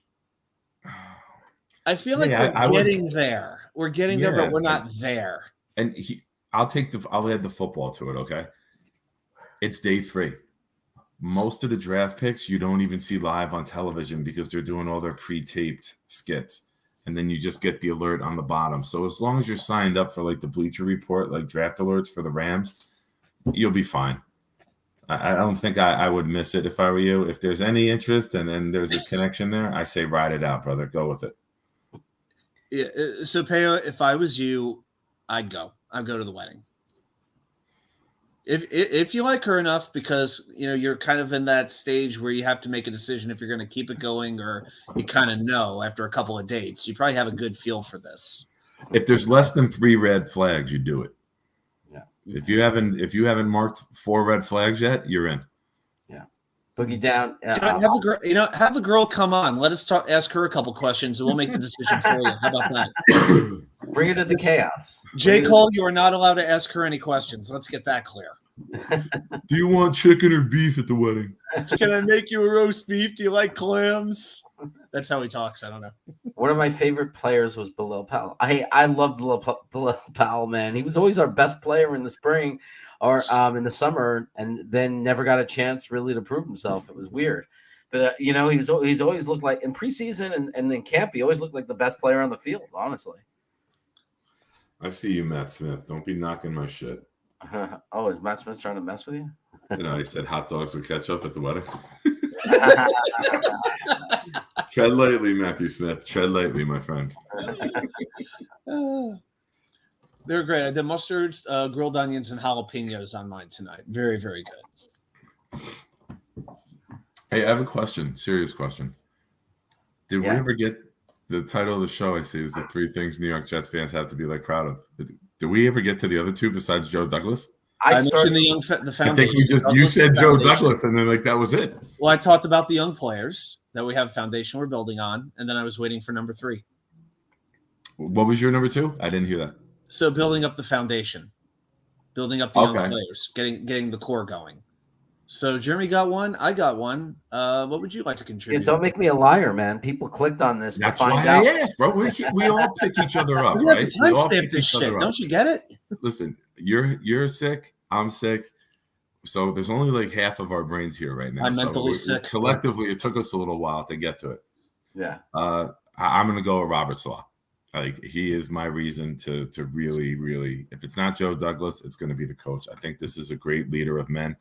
I think when you hear Solomon Thomas, when you hear from DJ Reed, you hear they wanted to come here because of our coach. Whitehead said it also, right? Yes. We knew when we got this, it was a pipe dream at the time, right? It was oh, yeah, players will say that, but when it comes push to shove, are they really going to come play for the Jets? And now you're seeing it. So it was 1 year, and we're already getting guys, veterans, who were wanted by other teams, who probably could have took more money to go elsewhere, right? And they came here. So Robert Salah is my reason to Jets fans to really be optimistic going forward. Yeah. Don't worry, man. Jets mess. Tomorrow is my prediction. I'm going to break through 400 subs. Nice. Tomorrow. I'm sending out some Twitters. I got some things going on, and I think it's going to pick up steam. And tomorrow you're going to see me blow through 400. Maybe we'll jump right to like 410, 415. Watch. I got plans. So keep your eyes out. Keep your eyes out, guys. Once we get to that 400, we're going to have some fun. Good luck to you, brother. Hope you hit it. Thanks. Well, we gotta have some celebrations. We gotta have some celebrations. It'll be Friday night. We'll have to like celebrate it. I gotta do some giveaways and things like that when it happens. So okay, I'm down with that. Do some shots. Yeah. And Adam, if we're celebrating and you want to jump in, you got to jump in on Friday. Friday. If you want. Well, you're gonna have to discuss that with your co-host on Friday night. No. Adam's face. Hey, I got you back for the hot dog shit. We're even now, buddy. No, I'm still like, well, the Nets won, so now we're even. Okay, fine. Yeah, you won that one. So. J. Cole, don't make 11 fake accounts. That's because that doesn't really mean it doesn't help the channel. Yeah, because when we block those 11, we're back below 400. Hey, Jets mess. I hope you're still here because your favorite person in the world is here. It's Lee Cravat. Are we allowed to do podcasts during Passover? Like, I'm not being an idiot. Like, I'm not super. I know there's religious restrictions. I didn't. No, I'm not like religious. So okay, it would be very hypocritical for me to. I mean, we celebrate Passover like it's like a Jewish Thanksgiving. It's like Easter to you. You know what I mean? It's like it's a Thanksgiving kind of thing. It's a big meal. Okay. We read a little bit because it's tradition to do it, but I don't let it interfere with it would be hypocritical. And my grandfather actually taught me this to do that, to say, the holidays, because the truth is, if you don't celebrate the Sabbath every Friday and night to Saturday, it doesn't make sense to celebrate the holidays because those days are way more important than the holiday. Like celebrating the Sabbath every week is so much more important. So understood. Yeah. So I just like Catholics and Christians who celebrate the fun part of Christmas, but don't really go to church on Christmas. That's me. Or as we call them, creasters. Christians who go to church on just Christmas and Easter. Yeah. If you're like, okay, I got it in for my 6 months. Yeah, that's that's kind of it. Oh, by the way, so as far as the okay, I didn't actually tell you. So Friday nights, I don't know why I'm doing this. I'm actually going to say this while Nick's not here. I got coerced to sign up for a kickball league. Oh, okay. Oh yeah. And the funny thing is, I'm a runner. Like I run races and stuff like that. But I just can't do this type of running anymore because I was the only one who has a freaking clue what's going on. We actually played our first game last week. We gave up 10 runs in the first inning, and that was only because the inning had to stop after we gave up 10 runs. But it's the sudden sprinting and the stops, and I swear to you, my legs were gone for 5 days. Like when I was like laying down on the couch, I literally had to lift my leg up to get it on the couch for about 3 days. And now it's fine, but it's like I'm shot for 5 days. And this used to happen to me when I was playing softball when I was in my late 20s, early 30s, but it would go away after like 2 days, 3. Now it's like 4 days. And it's like, I can't keep doing this for the next 10 weeks. But we have some of the biggest, some of these guys, they're great people. They just have no idea what they're doing. Like we had one guy. Sounds like the Jets management for the last decade. See how we tie it all together? Yeah. Maybe Adam Gase is the one coaching us. Shit. But we had one guy, he found out that you could get somebody out by throwing the ball and hitting them under the head. He took that to mean, let me never tag anybody. I'm just going to fire it as hard as I can, damn wherever the ball goes, and let the other runners move up 2 bases because the ball's going to the other side of the park. Actually, he would just fire the ball. He didn't care if he missed. That's a softball rule? This is kickball. We're doing kickball. Oh, all right. You missed that part. Kickball. So yeah, I they're had a trying to call red come in, ball I'm hard sorry. as they can. He missed. Oh, the ball's going like halfway down into the parking lot, and it's like, let everybody score. I'm like, There real is nothing smart. more exciting though than drilling somebody with like a dodgeball or a kickball. So even if you What- do 1 out of 10, you're gonna. It's like hitting your 190-yard iron, and you might put 8 of them into the trees, and like 3 of them might like worm burn. But when you get that one lofted and it bounces, and then you see the divot that they created on the green and it's backspins, you're like, this is the greatest fucking sport ever. Okay, so that leads me to this story, and guys, we'll get back to football. All right, so I'm going to tell you a golf story. This was when I was a senior in high school. We drove down, about 8 of us, from Chicago to Alabama. We played the Robert Trent Jones golf trail. We played like 4 rounds in 2 days. Now, I'm not much of a golfer. I definitely wasn't at that time, but I wanted to go. So filled up 2 vans, drove down. It was actually the first time in my life I had Krispy Kreme donuts, was that weekend. So, which is a major milestone in The anybody's only reason life. you remember the trip, the Krispy Kremes. That was one reason. So I've been hitting pretty horrible all day, and we get to this hole. We get to the 13th hole, and it was like a par 3, 160 yards, something like that. The other guys all hit their shots short and right. They're all hitting like the 7 iron, the 8 iron, I should say.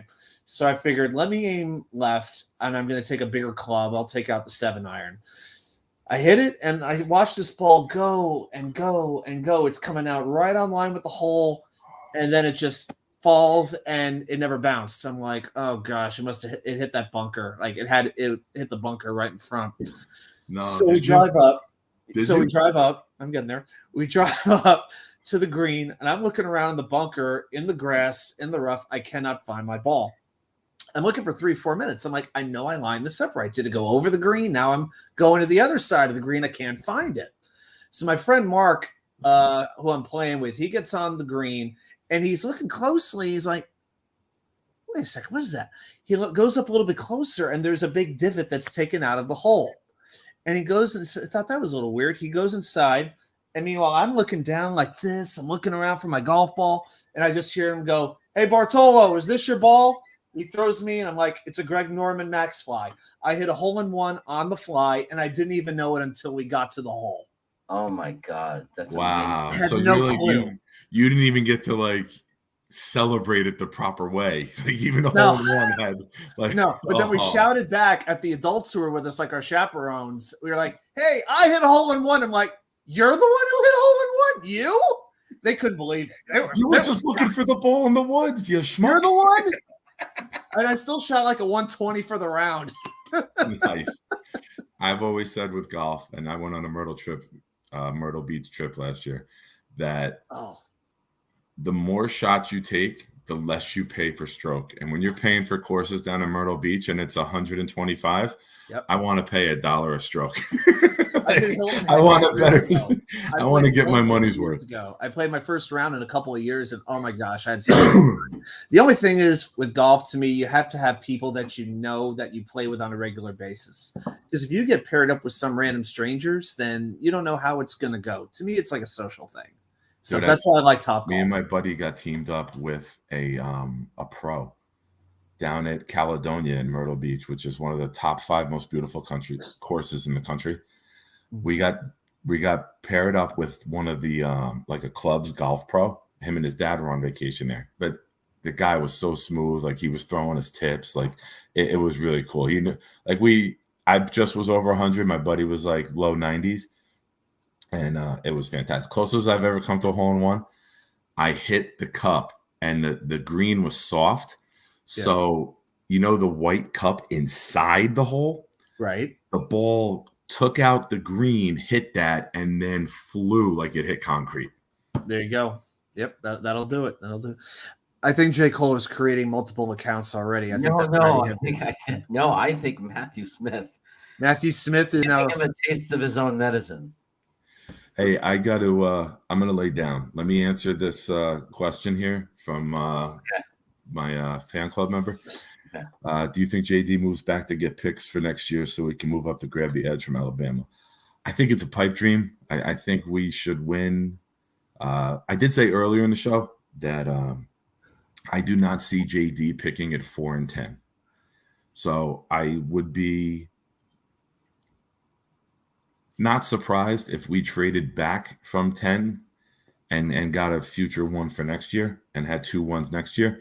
But when you look at Philly already getting 2 1s next year, I mean, anybody who doesn't need a quarterback, if they decide to stick with Hurts, I think Will Anderson is a player who can change a franchise immediately. Like, I think he would be a Watt. I think he would be a Bosa, a Myles Garrett. I think he's a guy that you put out there on the edge, and he will be a one-man wrecking crew. I really, really love the player. I hope to God we are the ones that end up getting him, even if we got to give up some picks. But if it's not Thibodeau, I could see us trading out of 4. And who knows? Who knows what we get at that point? But yeah, I'm not against it. Gentlemen, I am my fever is starting to kick in. I'm starting to get all hot and sweaty. I'm going to take a shower and I'm going to lay down and sleep till God knows when. Everyone in the show, it was great interacting with you guys. Make sure to tune in Friday nights. This Friday, I'm good to go. I got my kid here with me this Friday, but I'm coaching the AAU 8th grade basketball team. So this weekend, I have nothing on Friday night. We have games on Saturdays and Sundays. So Friday night, I'm good. We can go whenever. Okay, my friend. Feel better. Right. Take care of yourself. Adam, take care. To the 16 J. joining. Coles in the chat, be good and stay calm. And take care, everyone. Have a good night. Take care, brother. All right. Okay. What's up, Rob V? Good to see you. Saute, yes. Saute, because we're cooking with gas here tonight. So there are people who know each other, like here. So someone saying he would never do that. Like, so, like, you guys know each other. Like, who knows Matthew Smith? Do you know him beyond the internet? Do you know him in real life or something? No, No, not you. Someone else. I'm saying. I still want to. Okay, it was somebody else. I forgot who did it. Hold on. I forgot who said it, but somebody was like, "No, he would never do that." Like, I'm like, "Oh, yeah." I said that. I said we got you, Matthew. I knew you wouldn't do that. Yeah. But then someone else said it too, so I was just like, Okay. Well, yeah. Let's see. Jake was it? Apparently, it was Jake. It may have been Jake. So I'm just wondering if they know. Yeah, he's in front of us. Okay. And Rob. Okay. Everybody knows Matthew. Apparently, yeah. Somewhere in the. Oh yeah. Here we go. There you Anyway. go. I got the hat on now. Yeah. Jeremy, you got to move your head to the left a little bit. You got to wear the horns. Yeah, heathen. Anyway, in case, man, I'm going down too. I hope I don't get a fever. All right. In case we didn't make clear what our third reason to celebrate is, in case we didn't, I just want to throw out there draft capital. We're not in cap hell, and we got a lot of draft capital. That's a third reason to celebrate being a Jet fan. See, I'm next. You're not contagious through the internet, are you? I don't think so. I took a rapid test because I work in a school, so it was, in the morning when I had the itchy throat and started coughing a little, I just requested a rapid test and someone ran it over to me and I took it and I tested negative. So that's what you have to do when you work at a school. There's no games. You know what I mean? If you have any symptoms at all, we have like a box. We have cases of rapid tests for our students and our staff, just because if somebody has it, we want to get them off campus as soon as possible. Rob V wants to come on the show on Friday. Well, it is going to be kind of a hangout. I usually decided we'd screen people first. So I'll tell you what, Rob V. Jeremy, have you looked at some of the people that have been on the show? Yeah. How high are our standards really? Well, I thought we were going to start screening more to stop getting ridiculous. I'm here. Okay. So that'll be the new thing. We'll I want our viewers that want to come on. Yeah, we'll let you come on, Rob V. No problem. Because really, we could just, if someone goes too crazy or it's nuts or whatever, and it becomes a crazy, clown show like that, what it was called, we can always just throw someone out. But I think Ron V does not seem like that type of dude. I think he's going to want to come on and seriously, be serious about it. So, yeah, that's fine. I would love to have you on. So yeah, just remind me, Robbie. I think you're in connection with me on Twitter. I'm not sure. At Jeremy Cravat too. I mean, you could search. I think you could search NFL Cast with Jeremy, but I think the easiest way to find me on Twitter is at Jeremy Cravat too. Or just jcravat@gmail.com. If you just here, let me give you, just contact me through email, remind me, and I'll send you the link. Okay. And when you go backstage, I'll see you there. It doesn't mean I can bring you in immediately, but just hang out there because you can watch the show from backstage. So there's my email. I put it in for you, buddy. And also, J. Cole, I need your J. Cole. I told you there'll be special nights for you. Like we could do a Saturday kind of thing sometimes. Don't worry about it. But I need to send you these 3 packs of football cards. You have my email, man. Send me your address. You won these fair and square. I want to send you your cards. So send me that. I got a bunch of things I got to send out. I got it like designated the day of the week where I do all my shipping for all the prizes and stuff that I give out. Has Braden won anything yet? Are we going international yet? Braden has not won anything, but if he does, I'll figure it out. I mean, okay. Phil Adams managed to send me this banner behind me. There you go. So, I can't wait for my Dean card. It's on the way, buddy. That I mailed, so that's on its way across the country. It could take 4 or 5 days from Sacramento, so I sent it regular mail in an envelope, so it's coming. Yeah. Oh, and Stanley, thank you for the kind words. He asked us, "Were you born into the Jets?" For me, no. My father is a Cowboys fan, but I would say a casual Cowboys fan. My mom doesn't really know much at all about football. She tried watching a game with me for a few minutes, and she wasn't too interested. I have no siblings.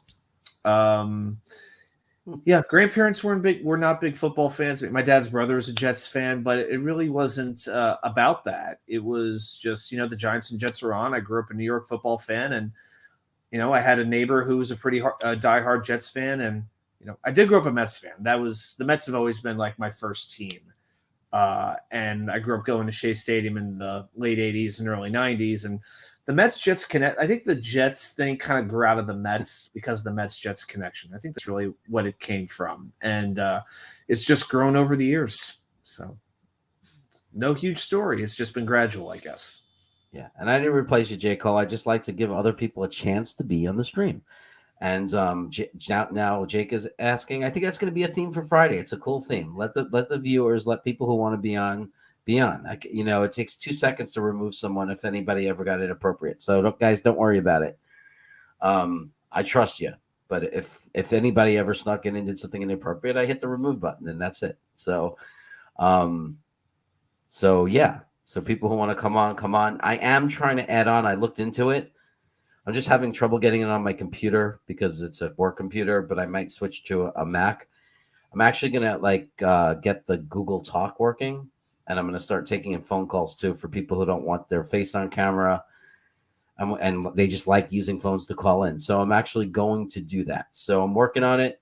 Hopefully maybe by next week it'll be in place and I'll have a Google phone number and you guys can actually call into the show. I have to actually I have to respond to one of the things I saw from Jake.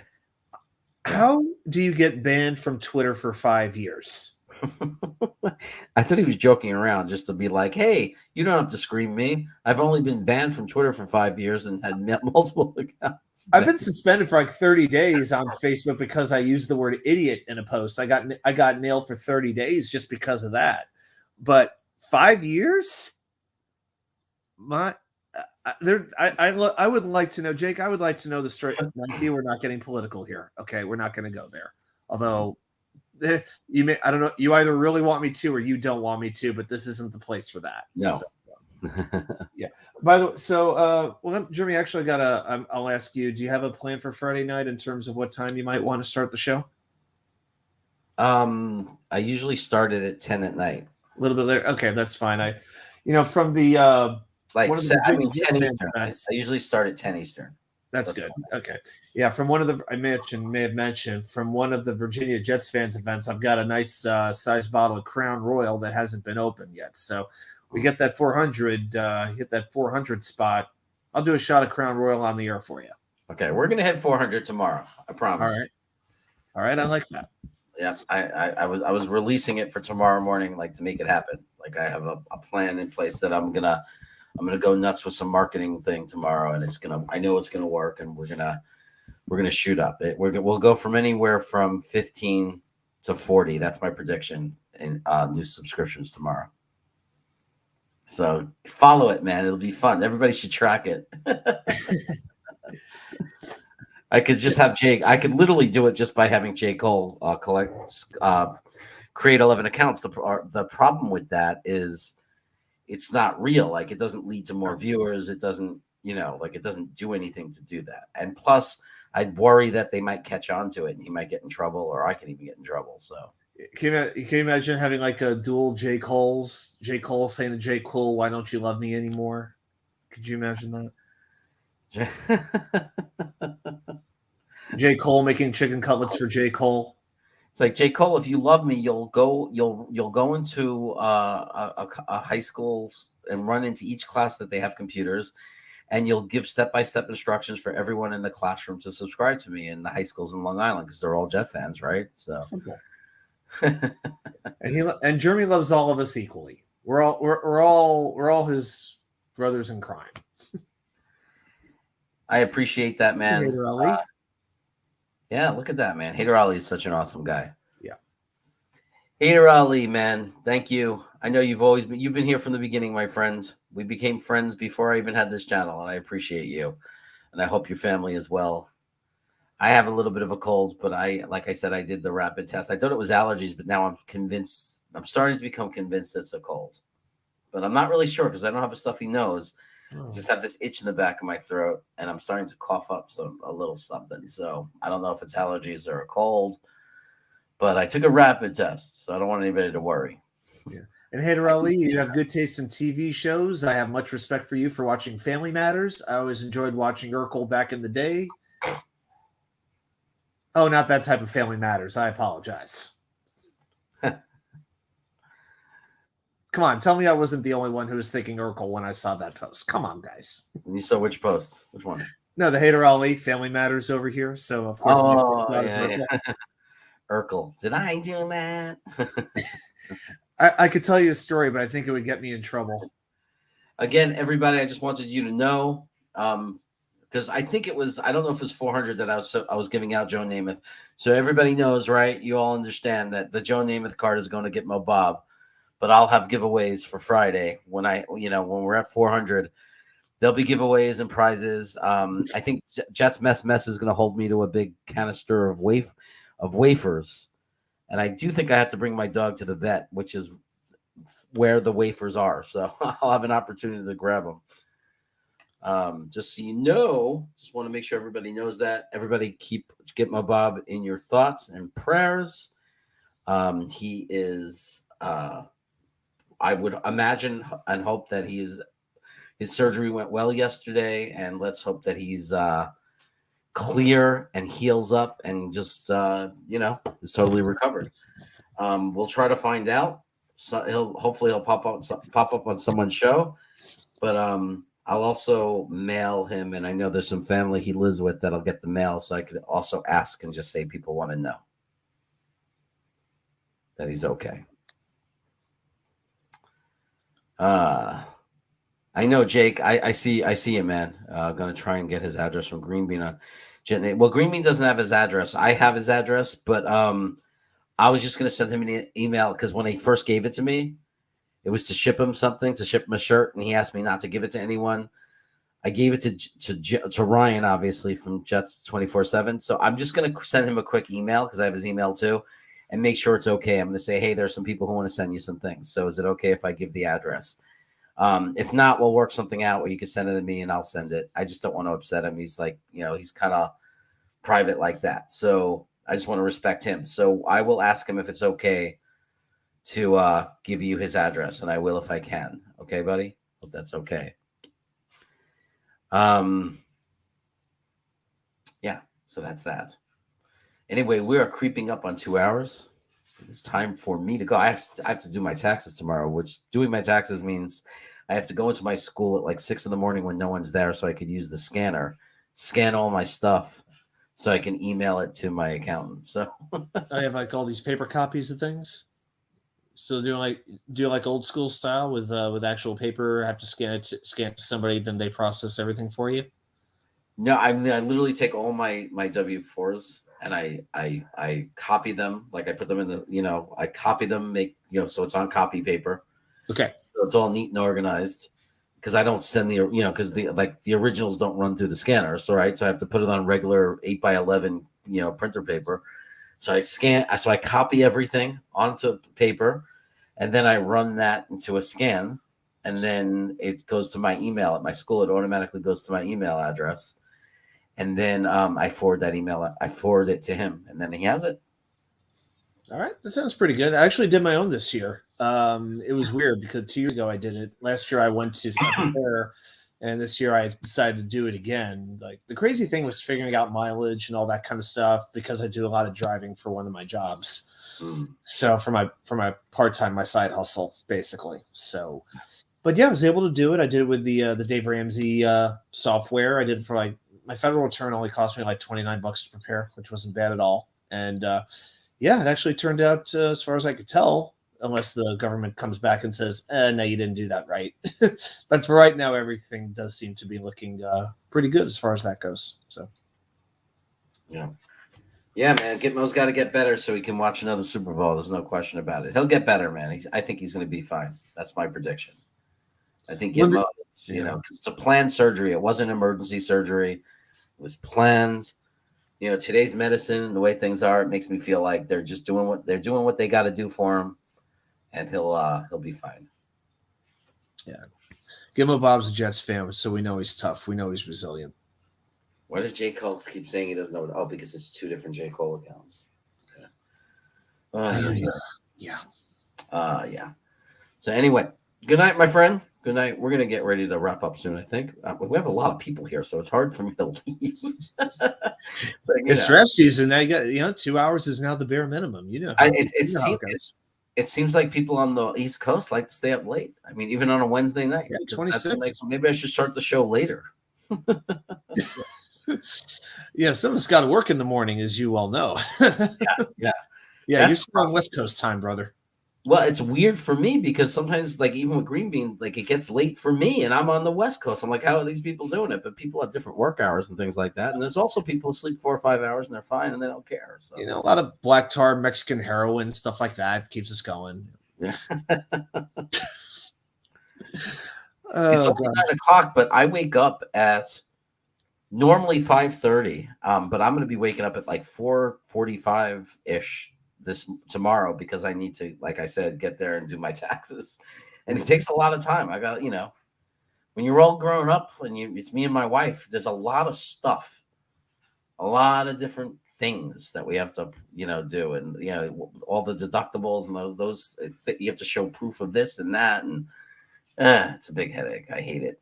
What does your wife do for a living, if I may ask? Well, she was an occupational therapist for like over the last 15 years or so. But she's using this time because, and people who read my book, I talk about it all the time.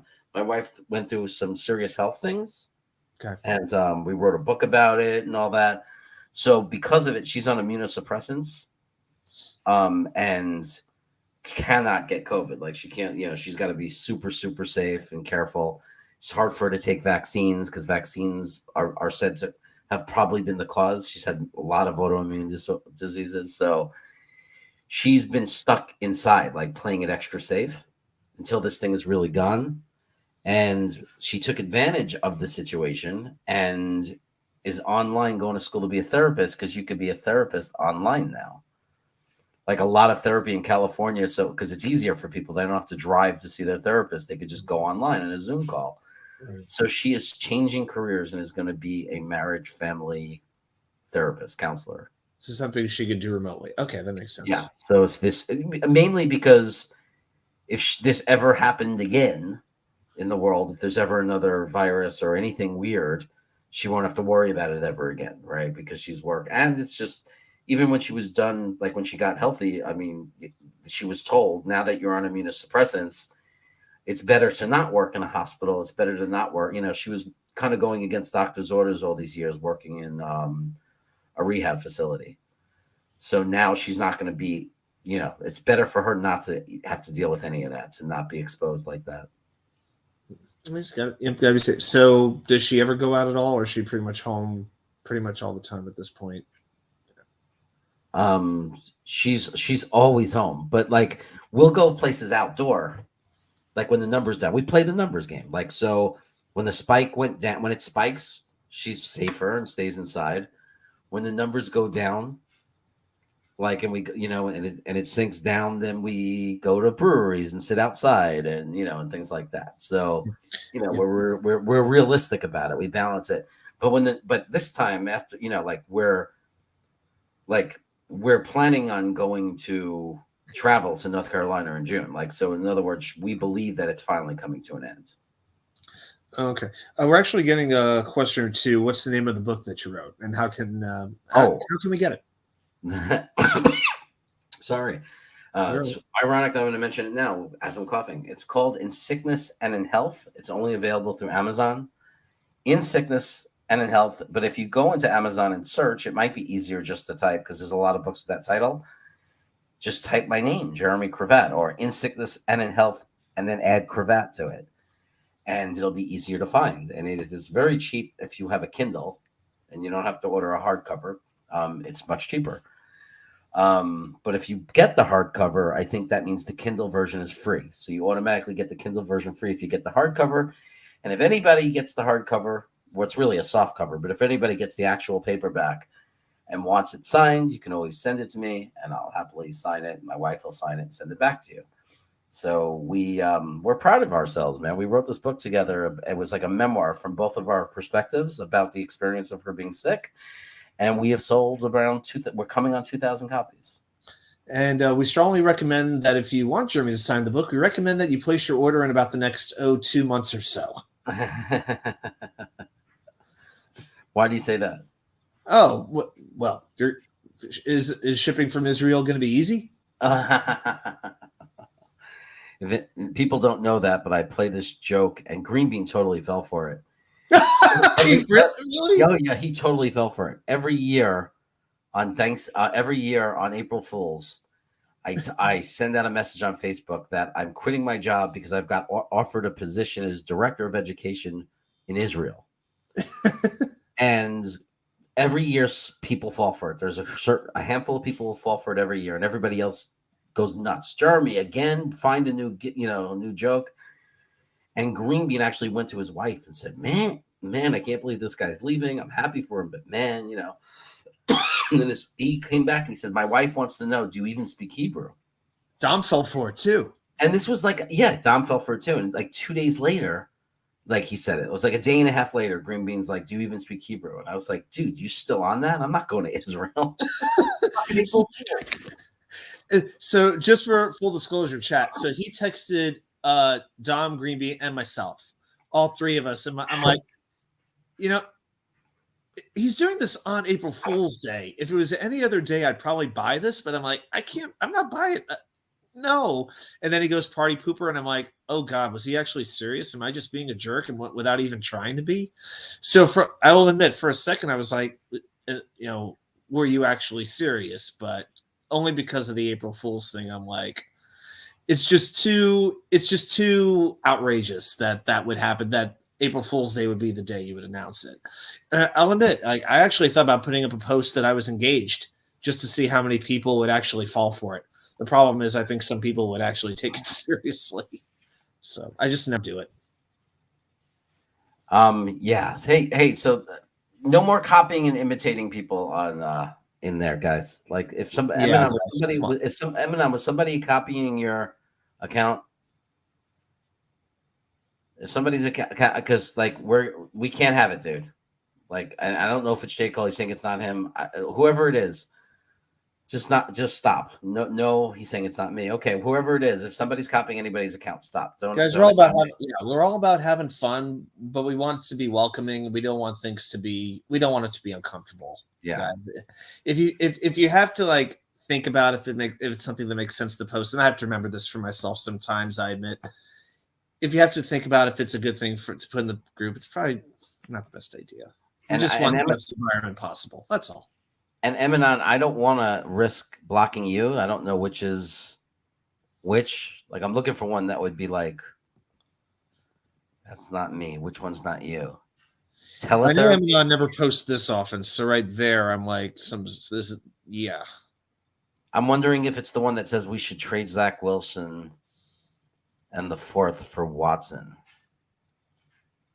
If that's the one, that's not him. I don't know. I don't want to take a chance of blocking him. It's a pain in the neck to unblock someone. So we're gonna end the show. I found out. Yeah. Yeah. I'm sorry, Emin. I would block whatever account that is, but I finally had to block Jets forever. I don't want to risk take him anymore.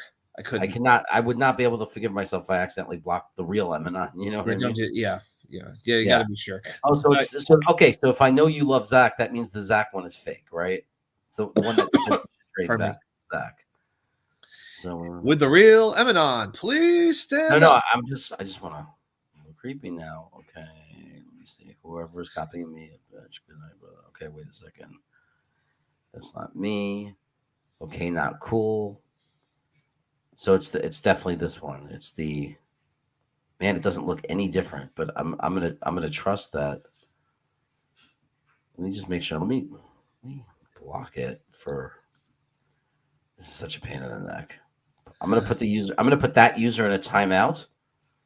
So now, the real Eminon, if you show up, Eminon, say something. Eminon is by far one of the best people Jets Nation has. Yeah, Eminon's pretty cool.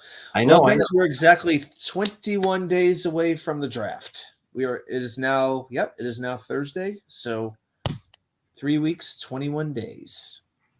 Eminon, say something so I know you're there. Okay, so you're still there. Snacks. Okay, so I got the right person. Thanks, buddy. So I blocked that person, so now I know that person is the fake.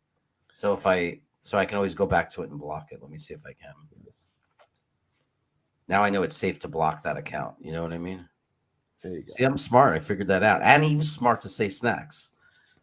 That was smart. I was going to say, I hope that didn't cost you a subscriber.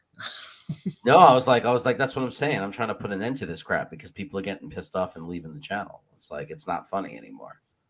People think that I'm allowing that stuff, and I want people to know that I'm not cool with it anymore. I don't want anybody to be harassed. That's right. Hey, Iowa, how you doing, man? Where you been?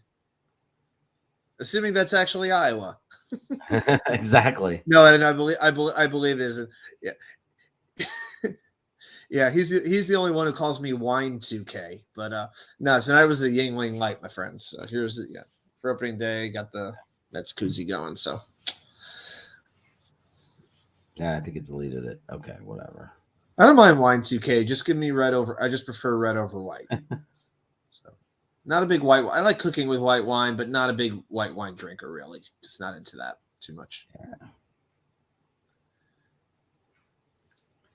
Oh my God! So, hey, Jason Zayas is here. How will it make you sleep? It's a downer. Cocaine is an Matthew. I agree. True. Red is better than white. You know, I didn't even get into wine until I went to Argentina. That was like my late 20s. I didn't get into wine, but they're so big into beef and red wine there. Oh my gosh! I mean, it was.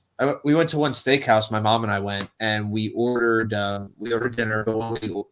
And the guy's writing down our orders.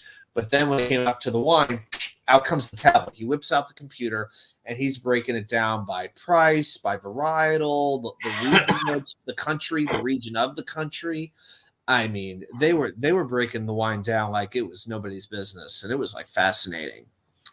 So, yeah, but I'm no expert when it comes to it. I break wine down into two categories: drinkable, undrinkable. That's pretty much it. And usually I get my wine at Trader Joe's. I'll spend like $5-6 a bottle, and you can get a good bottle. So, yeah, I'd rather spend the extra money on food, not on the wine. But that's me. Jake Coleman, look at that. Look what he just said. Hold on 1 second. Oh. I would say there's only one J. Cole, but tonight proved that is not true necessarily. Exactly. All right. So, hey, I was worried about Iowa Jets fan. Then I remembered he's in Hawaii. So that's why he's been not around. Really? So, yeah, I don't know if he's still there, But I'm looking forward to having you back in the chat and part of the stream. Although I'm not looking forward for your Hawaiian vacation to have to end, my friend. I wish it could go on forever for you because I know that Hawaiian vacations are wonderful. And I hope you did not put any pineapple on your pizza. It's only 6:15. Oh, okay. So he's still there. For a second I was like, I haven't seen Ireland Jets fan. Oh no, maybe he got upset by the things that were going on in the chat. Oh no. And then I remembered he's in Hawaii. Okay. Good for him. Good for him. Yeah. Have you been to Hawaii, Jeremy? I have been to Hawaii many, many times. I was my ex-wife. I was married when I was much younger. For a few years, and she was from Hawaii. So I used to go back to visit her family and everything. And when I, living in California, it's only a 5.5, 6 hour flight. So it's one flight. It's not like, it's not nearly as bad. And there's a lot of, so yeah, we go. We were supposed to go in 2020 in March. And then the pandemic thing started happening. We had to cancel. We still have the credit for the flight from Southwest because Southwest does flights to Hawaii from Sacramento now directly. So we have until 2023 to use it. And we're very excited about that because we're thinking we're right about that point. We're ready to go. So we're thinking of flying. I think we could fly directly to Maui. I think. But my wife really wants, or we can go to the, I'm like losing my mind, but my wife wants to go to Kauai. They don't have direct flights to Kauai, but we could fly through LA and go to Kauai on Southwest. Because I opened my mouth and told her Kauai was the beautiful romantic island, so that she's obsessed with Kauai now. Actually, she went. I'm forgetting. We went on a family. My parents went. We took them and my brother and his wife. We went on a Hawaiian cruise. So we did spend one day on Kauai. Like we did a cruise where we went to Oahu, and we got on. You got on it. It's like a 7-day cruise, and it goes to all the different islands. It was a lot of fun. Nice. Yeah, I have not done that, but I would definitely do a cruise over there. That'd be pretty fantastic. But yeah, there's only I think 7 states I have not been to yet, and Hawaii is one of them. So. Where do I think is a good place for a bachelor's party in New York? Matthew, I couldn't. Is this J. Cole's wedding or what's going on here? And you're saying near New York, so you don't want to have it in the city? Yeah, and again, we're not locals anymore, so I haven't lived in the area since 1997. So I mean, it depends on what kind of bachelor's party you want to have. Like the kind of because like I'm an old man now. The kind of bachelor's party I'd want to have would be really boring to you guys. Like my bachelor's party would probably be I'd rent out and reserve a space in a winery in Lodi near here or Napa, and do like a small gathering. And wineries have like sometimes they'll let you use one of the wine cellars and set up tables, and I'd probably do something like that. But I'm an old guy, so that's going to be boring for a lot of people. For me, one step at a time. I mean, some people or just want to get the wife first before they even plan anything else. But I don't know. If I was to have a bachelor party, there'd have to definitely be I'd like to think Top Golf would be involved because I'm a big top golf guy. But might be a brew maybe like a brew tour. Maybe might be fun. Just go to like a town and just try different couple different breweries or wineries or distilleries, whatever the case may be, or a town that specializes in a certain dish, and just have like 2 or 3 of the same thing at a different location and just try a bunch of different stuff out. I mean, stuff like that could be fun. When you do that with your friends and you can just compare your ideas. I mean, that's fun. Hey, there's nice wineries right where he is in Long Island. I mean, you go out to Bedell is a beautiful one. There's beautiful wineries out in Long Island. Yeah, there are. Not far from them. So yeah. I have been in Long Island in so many years, and then I went to meet a friend of mine, and we were driving around, and she showed me some of these wineries. I'm like, I had no idea Long Island had stuff like this. I hadn't been there in so many years, so yeah, I was actually quite impressed. Yeah. So hey, Matt, if you want to get out of Long Island, there's Atlantic City, obviously. There's the Jersey Shore. Right, you can go down to the Jersey Shore and just take over. The houses are probably really cheap to rent before the summer. You know, they're probably not expensive to like get a rental, a house rental, Yeah, or it whatever depends you do. You go to Wildwood, like Jersey Shore, and you just yeah. party and get drunk down there. Atlantic City, you go to one of the hotels with the bars. You stay in, Caesars or whatever, and you just go nuts. There's some short towns. It depends how far you want to travel. I mean, even places like Ocean City, Maryland's a great area. I know that's a little farther down, but that's a great area to visit. Yeah. That's a great place to go for a weekend, I'll tell you.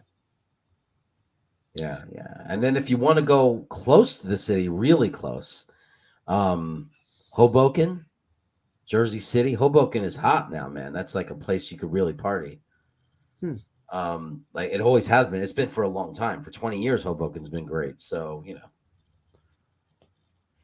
Unfortunately, I left New Jersey before I was allowed to drink or do anything. Like before I was even driving, I left New Jersey, so I didn't really explore it as much. I was even thinking like Connecticut or Rhode Island, but what's over that way? But not. I feel like every time I'm in New England or even at DC, it's just always gray out. It's always drab. Every time I'm in either one of those two areas, like I'm going to be in DC on Saturday. I'm going to be there for Mets Nationals. And I'm expecting it to be very gray because it always is when I go to DC. But I do have a pizza place and a brewery. And I've actually got a sandwich place in mind for lunch that I've been to called Bub and Pops. And they do pretty much every type of sandwich you could want. The guys are from Philadelphia. They do Italian-style sandwiches. They do their own beef brisket that they cook in like veal jus. You might appreciate this one. They do one called the Hebrew Hammer, which has like corned beef, turkey, brisket, slaw, spicy mustard, all kinds of stuff. But Bub and Pops is like, it's near DuPont Circle in DC. That is a real deal sandwich place. So I'll be going there on Saturday afternoon for some lunch. Yeah. So Rob V, you've never been to Montreal. I'll tell you what I love about Montreal. I used to travel for business. That's why I've been everywhere. 13 years in high tech marketing. Montreal, what I like about it is it feels like Europe. So like you feel like you're in Europe without having to go to Europe. So it's pretty cool. It's an easy flight. You don't have to go that far. Everybody speaks English, but they also speak French. And when you're there, it feels like you're in, like France or Belgium. Like it's amazing. It's like a combination of France and Belgium and Switzerland, I would say. Like it's not like being in Paris or France, but it has a feel of Europe, and there's a lot of Frenchness to it. Actually, probably if I had to pick one, I'd say Belgium. It feels like Belgium. I've not been in Canada. I've been in Canadian territory, like when I did my cruise to Alaska, but I've never actually set foot in the country of Canada yet. And I was supposed to go. When we did the Alaskan cruise, there was supposed to be a stop in Victoria, British Columbia, and it was going to be on July 31st, which a year ago was my 40th birthday. And because of COVID at the time, borders were closed. We couldn't get in, and they had to reroute the tour. So that was gonna be the day. But every time I want to go to Canada, just something happens, whether it's COVID or I wind up moving. I was supposed to at one point go to. I've been to Vegas. I know what's up. Yeah, I was supposed to go to Canada on a trip to Seattle a couple years ago, and then I got my job in Virginia, and that whole trip got canceled. It's like God doesn't want me in Canada. It's crazy. I've been to Vegas so many times when I lived in the Bay Area. I drove it a couple of times, but Southwest is so cheap it doesn't make sense. And my mom works for American. She worked there for, as I mentioned, for 42 years. So I get flight benefits. It's just nice. You risk getting bumped off the plane, but you do fly not for free, but for a very good rate. There are times in the summer because the school's closed, so I'm off work in the summer on weekdays, and I can go to Vegas, $49 each way flight, and it's like $40 a night if you go to Travelocity during the week in some of these hotels, like freaking Mandalay Bay. You can go to one of these New York. You can go to one of these nice Vegas hotels. New York, it's so good for literally $40 to $50 a night. Like it's just like it's during the week. They're dead. They just want to get you in there to gamble. They couldn't care less. So like it's all about getting you in there to gamble. So if you can do that, because then on the weekends they hike it up, so like $300. Then people come from New York for the week, and they get you on the weekends. That's when they really raise the rates. But if you go like Tuesday to Friday to Vegas, you could stay. It's so cheap for the hotels. It's like you can stay in a nice place, really cheap to fly down there on Southwest. So it's like as soon as this is over, I told my wife we want to go down there because we want to go to Hell's Kitchen. She loves Gordon Ramsay, so we have to like go to the restaurant and get the risotto. Oh boy, who's the Gordon Ramsay of our? Yeah, do we have like a Gordon Ramsay in our group? I don't know. Now I want to say this, okay? Some people might be thinking, big deal. He put $1 in the slot machine and he won $5. 5 times the amount. There you go. In Iowa, what? Oh, I was just gonna say, in Iowa, $5 is a lot of money. You could buy a lot of meat on a stick for $5. Yeah, or 1 gallon of gas. I'd bust his balls so much, man. One day I'm gonna meet him and he's gonna kill me. Because everybody I know from Iowa can kill me because they're like tight ends and offensive. They're all the tight ends, right? Like they grow up on They're farms. corn-fed, brother. They're corn-fed. They're strong boys from Iowa. It'll mess me up. This thing instead is at a local casino. It's to stay at a local casino. You can go up to Monticello, Sullivan County, Monticello, and they turned the Concord Hotel into a casino. I think it's open now. You stay there. They got I heard a pro level golf course now, like a beautiful golf course. You got the Kutcher's golf course there, and it's the casino. You got the full casino. You got everything you need right there in Monticello, Sullivan County. And if you like lakes and everything, you can go rent the boat, go water skiing, or take a boat out and just ride the boat around one of those lakes. They have like 7 beautiful big lakes in that area in Sullivan County. So that's an idea too. Sounds like a good trip to me. Yeah. Matthew Smith cooks eggs. Okay, that's good. Yeah. That's good to know. Go up to Oneonta and party with the Oneonta college students, man. They're the biggest party, biggest in the country, man. Like on the East Coast. The West Coast here, it's Chico State. Chico State. My old youth pastor was like Chico. He'd always mention Chico State because that's where he went to college way back when. Yeah, so even I knew about Chico State. It's so funny. I only Oneonta because I remember they had a Yankees farm team way back in the day, the Oneonta Yankees. I remember seeing a game or two up over that way. Not too far from Cooperstown. Dude, Oneonta used to have they were in Playboy magazine in the top 10 in the country of places to be on Halloween night. Of all the towns. Of all the places, they said Oneonta is where you go. Playboy magazine. It was like the number, like it was in the top 10 for places to party on Halloween. I don't know if they're still like that, but because the SUNY schools have gotten really academic, they're all getting much more prestigious. But my friend went there and he said they had they called them the Friday Sours. Friday Sours. It was like 2 p.m. The bars would start giving away free food, dirt cheap drinks, and people would go there at 2 p.m. and just stay there till 2 a.m. It was crazy stuff. Yeah, and here I am. I went to a dry campus for college. I can't quite say that that was the lifestyle that I was living back then, but yeah, definitely sounds like quite the adventure. Not everything is about finding people wives here, guys. My God. Stop hijacking, please. Somebody's saying Queens. That's a good place to party, man. Go near go find go near City Field or something. Yeah, Story's fun. Go on to Flushing. Go into Flushing on Main Street and get some of the best Chinese food in the world. Steinway Street, not a bad place to walk down. Good place to do some people watching. Yeah. Everything to me is food. You name the place, I'll name the food. I hear Queens, Astoria, or Flushing for Greek Chinese food. Yeah, Greek and Astoria. Yeah. Oh yeah, Astoria has great Greek food. Astoria is loaded with just great restaurants and great food. Yeah, I hope I'm not getting. We don't get too food centric, and that's why I sometimes hesitate because I don't want everything to turn into a whole food thing, unless that's what you unless that's what you want us to do, because I'm more than happy to do it. Well, we're 2.5 hours into the show and it's late at night, but and it's I think it's just our regulars left. But Arthur Avenue is a good place for bakeries and stuff. It's a bummer that they don't have a subway stop that goes right to Arthur Avenue. It's amazing that you have to take like a bus to get there. So it's like I've heard about it from so many people, but I've never made my way over. You know what happened though? It's because we've been on for 2.5 hours and we were doing nothing but talking Jets and answering questions about the Jets. Yep. So at some point it's like you just stop. You're like this wackiness takes over.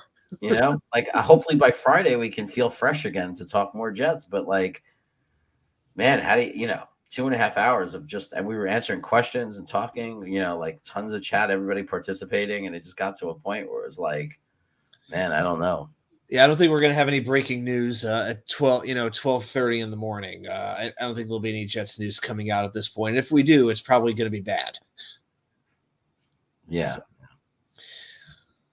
Oh my gosh. But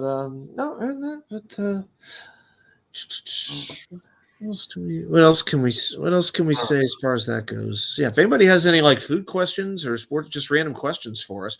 Who did I draft in baseball? Well, I drafted 3 teams, so I don't think anybody wants to hear me break down my entire team, but in my 3 leagues I picked, let's see, number 1 overall I picked Mookie Betts, Bo Bichette, and Vladimir Guerrero Jr. Those are my 3 number 1 picks. So let's go with that.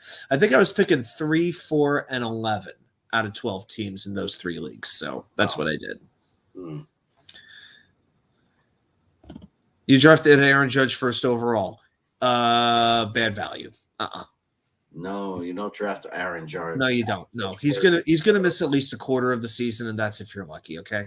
I'll be honest with you. I actually drafted Jacob deGrom in about the 21st round in one of my leagues, but that was out of like 23 rounds. It's like, well, shoot, at this point, it's this late. I'll just stash him on the injured list. And if he plays, well, shoot, I have one of the best pitchers in the world, coming back later on. So for me, taking a flyer that late in the draft makes sense. So, but I'm not one who really gambles for money. I have a football pool that I do, a season-long football pool that I do with the club, where we have all kinds of contests. We have Thanksgiving things that we do in the pool and playoff bets as well. But that's pretty much the only thing I do.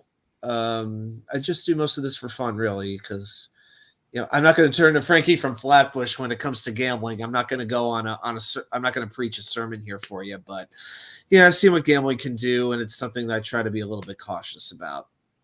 Let's put it that way.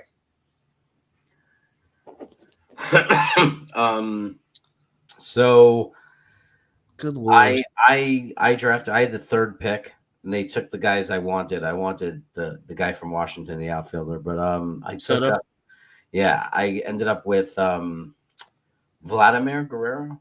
Yep. The only thing I didn't like about him is he's a first baseman, and first baseman, there's so many. There were a dime a dozen. But I ended up getting a good catcher, which I was happy about. I'm forgetting his name. He hit like 30 home runs last year. There's not a lot of good catchers out there. There's like 4 or 5 good ones. Yeah, let me show you. I'll tell you who I got. I got him late too. I couldn't believe he lasted. I thought he was going to get picked. I was like, please last. Because did you have just one team? Yeah, I just have one team. So I got Will Smith. Will Smith from the Dodgers. Okay. Yeah. Yeah. There's a couple of Will Smiths. The Braves have a reliever named Will Smith. Wait a second. He had 25 home runs. And hold up, but I thought I had another catcher. 1 second.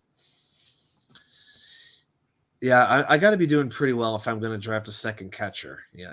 I'd say of my 3 drafts tonight was my least favorite, I would say.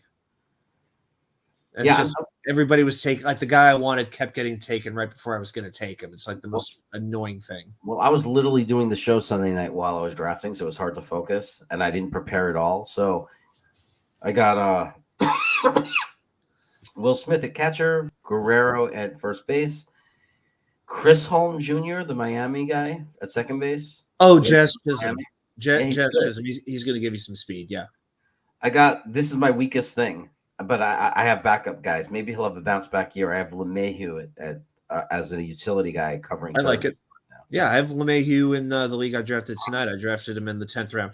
Oh, by the way, J. Cole, I did draft Aaron Judge, but I drafted him 27th overall, not first. I have Francisco Lindor for shortstop. Love it. I have Sterling Marte in the outfield. Jimenez from the White Sox in the outfield. Eloy Jimenez, yep. And I also have and he could be my backup shortstop too, is Fernando Tatis from San Diego. Yeah, I don't know how Tatis. I don't know how long he's going to be out. I think it's going to be months though, so you may not get him back. Yeah, he's like he would have been the number 1 pick likely if healthy, but yeah, you're going to have to stash him on the injured list. Oh, because it said day to day. Dude, I don't expect him back till probably May, and that's if you're fortunate. Shit. Okay. They listed DeGrom as day to day. DeGrom's not technically on the injured list either, but I'm telling you, Tatis is going to have to go on the injured list. Oh, that's going to suck. Yeah. I got Jay Winkler as a utility guy. It's backup outfielder. Oh yeah, Jesse Winkler. Yeah. I got Nelson Cruz. Okay. He'll be hidden behind Soto, so yeah, Soto will be on base a lot. That could work out. These are my bench guys. Mountcastle from the Orioles, Ryan Mountcastle. Yep, they'll give you some power.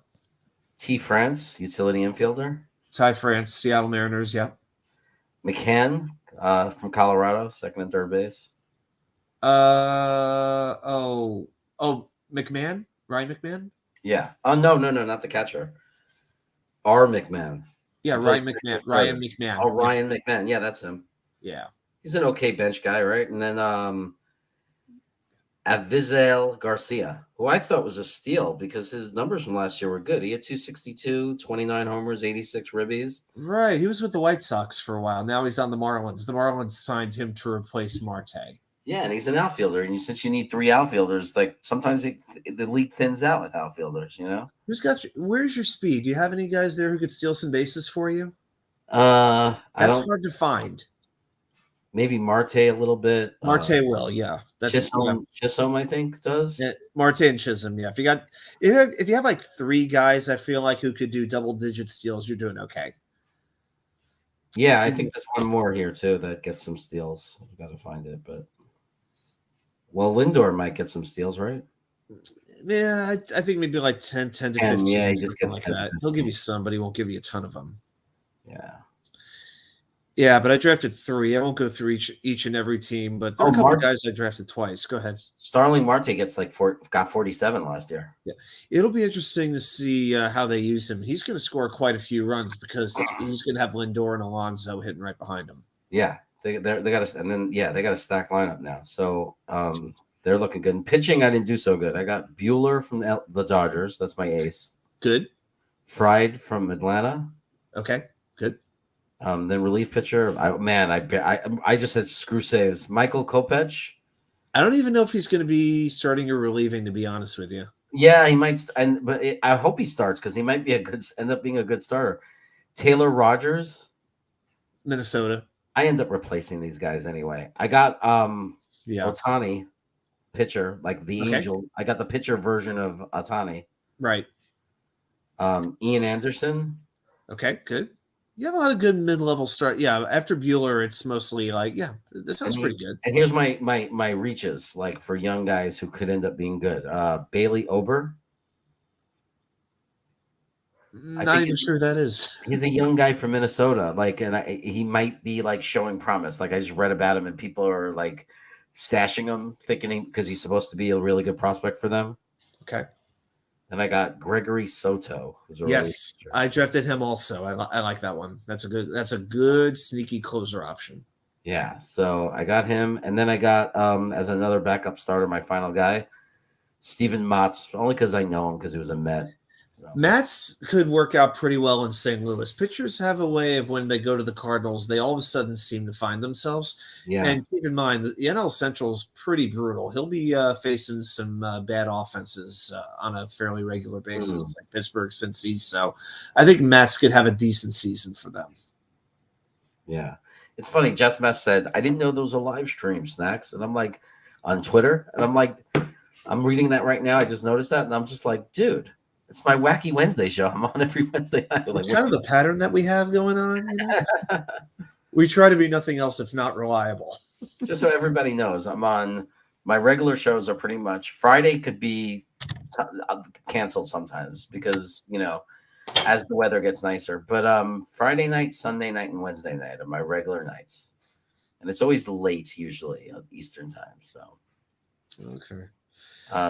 yeah. So anyway, we need to wrap up. You need to go to work. Yeah, tomorrow started 10 a.m., but yeah, I got a few things to catch up on. So, all right. Yeah, 12:40. So, and hey, yeah, welcome to opening day, believe it or not. It's actually, I'm expecting, well, I know the Yankees and Red Sox are rained out for Thursday, and I know it's going to be raining in D.C.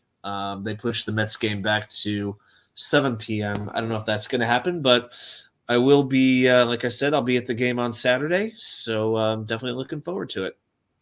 All right. So hey, I everybody. should see you Friday night. I plan to be here Friday, unless we'll see if I can walk after the next kickball extravaganza on Friday. Yeah, just text me. Let me know.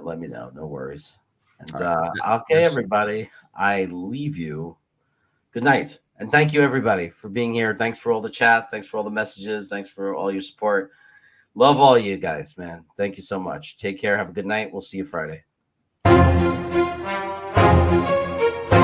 I like Hutchinson the best, and I don't think Linderbaum is worth a top 10 pick. Thibodeau slipped, and I am going to grab Thibodeau. The Giants took Khalil Elam. Good for them. Kenyon Green is a guarantee in my mind. He would be such a dream pick right here. Evan Neal is still on the board. I'm not going to pick him now. That 44 pick could be tight end. That 44 pick could be a good linebacker, a good safety. We could drop back one pick and pick up a second rounder from New Orleans.